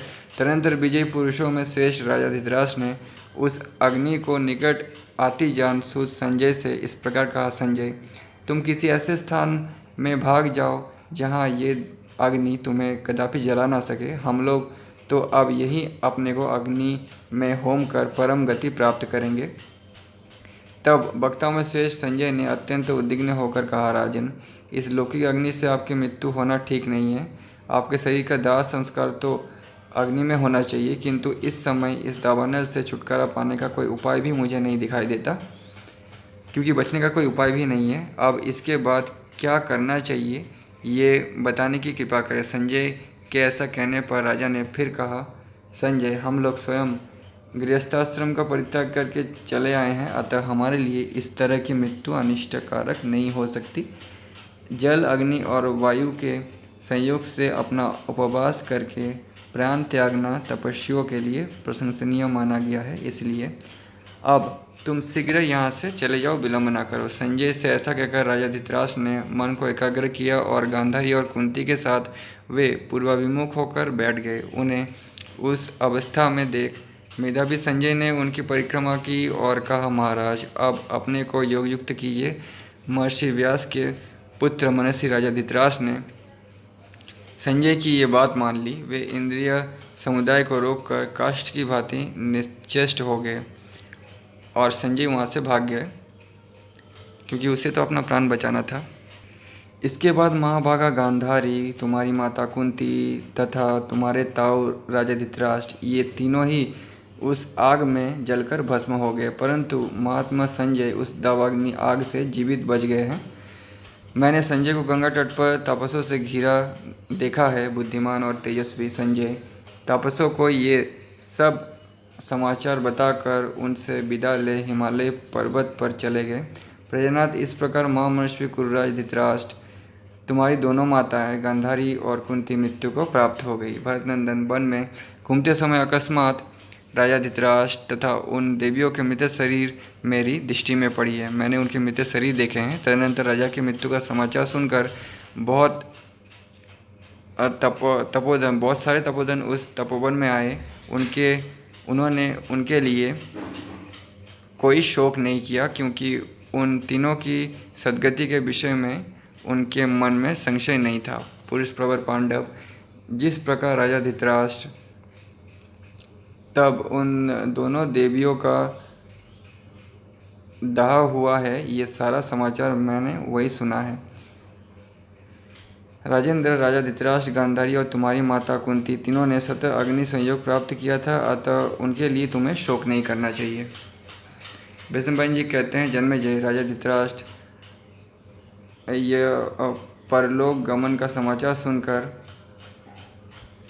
उन सभी महामना पांडवों को बड़ा शोक हुआ। महाराज, उनके अंतपुर में उस समय महान आर्तनाद होने लगा। राजा की वैसी गति सुनकर पूर्ववासियों में भी हाहाकार मच गया। और धिक्कार है, इस प्रकार अपनी निंदा करके राजा युधिष्ठिर बहुत दुखी हो गए और दोनों भुजाएं ऊपर उठाकर अपनी माता को याद करके फूट फूट कर रोने लगे। भीमसेन आदि सभी भाई रोने लगे। महाराज कुंती की वैसी दशा सुनकर अंतपुर में भी रोने बिलखने का महान शब्द सुनाई देने लगा। पुत्रहीन बूढ़े राजा धृतराष्ट्र तथा तपस्विनी गांधारी देवी को इस प्रकार दग्ध हुई सुनकर सब लोग बारंबार शोक करने लगे। भरतनंदन, 2 घड़ी बाद जब रोने धोने की आवाज़ बंद हुई, तब धर्मराज युधिष्ठिर धैर्यपूर्वक अपने आंसू पोंछकर नारद जी से इस प्रकार कहने लगे। नारद जी के मुँह से धृतराष्ट्र, गांधारी, कुंती का मृत्यु का समाचार सुनकर पांडवों का रोना। युधिष्ठिर बोले, भगवान, हम जैसे बंधुओं के रहते हुए भी कठोर तपस्या में लगे हुए महामना धृतराष्ट्र को अनाथ के समान मृत्यु हुई, ये कितने दुख की बात है। ब्राह्मण, मेरा तो ऐसा मत है कि मनुष्य की गति का ठीक ठीक ज्ञान होना अत्यंत कठिन है, जबकि विचित्र वीर्य कुमार धृतराष्ट्र को इस तरह दावानल से दग्ध होकर मरना पड़ा। जिन बाहुबलशाली नरेश के 100 पुत्र थे, जो स्वयं भी 10,000 हाथियों के समान बलवान थे, वे ही दावानल से जलकर मरे हैं। ये कितने दुख की बात है। तो पहले युधिष्ठिर कहता है कि धृतराष्ट्र में 1,00,000 हाथियों का बल है। ये उन्होंने दुख से कहा था, ये सच्चाई नहीं है, उन्हें तारीफ करने के लिए कहा था। अभी युधिष्ठिर फिर कह रहे हैं कि 10,000 हाथियों के समान बलवान थे। और वेदव्यास जी, जो धृतराष्ट्र के पिता थे, वो भी बोले थे कि मेरा पुत्र धृतराष्ट्र 10,000 हाथियों के समान बलवान होगा। तो मतलब यही सही है, वही दावानल से जलकर मरे हैं। ये कितनी दुख की बात है। पूर्व काल में सुंदरी स्त्रियाँ, जिन्हें सब ओर से ताड़ के पंखों के द्वारा हवा करती थी, उन्हें दावानल से दग्ध हो जाने पर गिद्धों ने अपनी पंखों से हवा की है।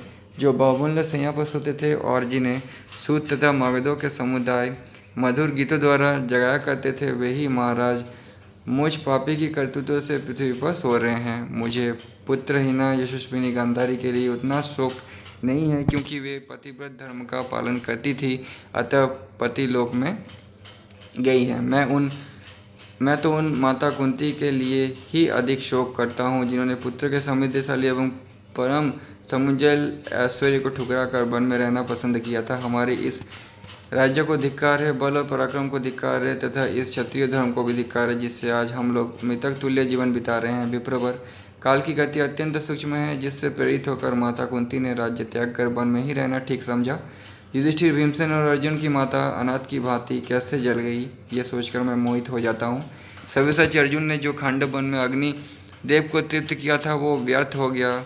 वे उस उपकार को याद न रखने के कारण कृतज्ञ हैं, ऐसा मेरा धारणा है।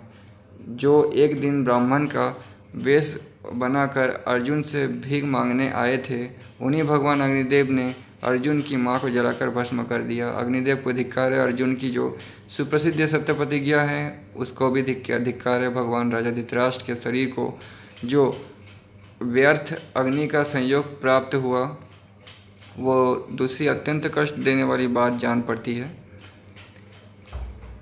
जिन्होंने पहले इस पृथ्वी का शासन करके अंत में वैसी कठोर तपस्या का आश्रय लिया था, उस पूर्ववंशी राजर्षि के ऐसे मृत्यु क्यों प्राप्त हुई? हाय, उस महान वन में मंत्रों से पवित्र हुई अग्नियों के रहते हुए भी मेरे ताऊ लौकिक अग्नि से दग्ध होकर क्यों मृत्यु को प्राप्त हुए? मैं तो समझता हूँ कि अत्यंत दुर्बल हो जाने के कारण जिनके शरीर में फैली हुई नस नाड़ियों तक स्पष्ट दिखाई देती थी, वे मेरी माता कुंती अग्नि का महान भय उपस्थित होने पर हाथ आधा धर्मराज कहकर कातर पुकार मचाने लगी होंगी। भीमसेन, इस भय से मुझे बचाओ, ऐसा कहकर चारों ओर चीखती चिल्लाती हुई मेरी माता को दावानल में जलाकर भस्म कर दिया होगा।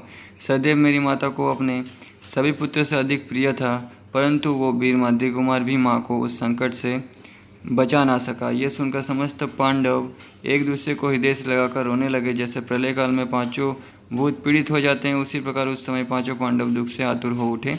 वहाँ रोदन करते हुए उन पुरुष प्रवर पांडवों के रोने का शब्द महल के विस्तार से अवरुद्ध हुए भूतल और आकाश में गूंजने लगा।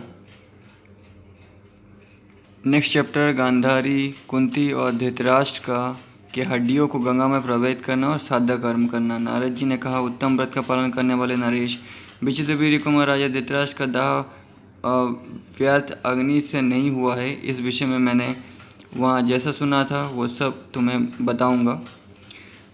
हमारे सुनने में आया है कि वायुपी के रहने वाले वे बुद्धिमान नरेश जब घने वन में प्रवेश करने लगे, उस समय उन्होंने याजकों द्वारा इष्टि कराकर तीनों अग्नियों को वहीं त्याग दिया। भरतश्रेष्ठ, तदनंतर उन अग्नियों को उसी निर्जन वन में छोड़कर उनके याजकगण इच्छानुसार अपने अपने स्थान को चले गए। कहते हैं वही अग्नि बढ़कर उस वन में सब और फैल गई और उसी ने उस सारे वन को अकस्मात कर दिया। ये बात मुझसे वहाँ के तापसों ने बताई थी। भरतश्रेष्ठ, वे राजा गंगा के तट पर, जैसा कि मैंने तुम्हें बताया है, उसे अपनी ही अग्नि से दग्ध हुए हैं। निष्पाप नरेश, गंगा जी के तट पर मुझे जिनके दर्शन हुए थे, उन मुनियों ने मुझसे ऐसे ही बताया था। पृथ्वीनाथ, इस प्रकार राजा धृतराष्ट्र अपनी ही अग्नि से दाह को प्राप्त हुए हैं। तुम उन नरेश के लिए शोक न करो, वे परम उत्तम गति को प्राप्त हुए हैं। जनेश्वर, तुम्हारी माता कुंती देवी गुरुजनों की सेवा के प्रभाव से बहुत बड़ी सिद्धि को प्राप्त हुई है। इस विषय में मुझे कोई संदेह नहीं है। राजेंद्र, अब आपने सब भाइयों के साथ जाकर तुम्हें उन तीनों के लिए जलांजलि देनी चाहिए। इस समय यहाँ इसी कर्तव्य का पालन करना चाहिए। वैष्णव जी कहते हैं, जन्मेजय, तब पांडव, धुरंधर, पृथ्वीपाल, नरेश्वर, नरशेष, युधिष्ठिर अपने भाइयों और स्त्रियों के साथ नगर से बाहर निकले। उनके साथ राजभक्ति को सामने रखने वाले पूर्ववासी और जनपद निवासी भी थे। वे सब एक वस्त्र धारण करके गंगा जी के समीप गए। उन सभी श्रेष्ठ पुरुषों ने गंगा जी के जल में स्नान करके युसु को आगे रखते हुए महात्मा धृतराष्ट्र के लिए श्रद्धांजलि दी। युसु एकमात्र बचा हुआ धृतराष्ट्र का पुत्र था। फिर विधि पूर्वक नाम और गोत्र का उच्चारण करते हुए गांधारी और कुंती के लिए भी उन्होंने जल दान किया। तत्पश्चात शोक संपादन या औशोचनिवृत्ति के लिए प्रयत्न करते हुए वे सब लोग नगर से बाहर ही ठहर गए। नरश्रेष्ठ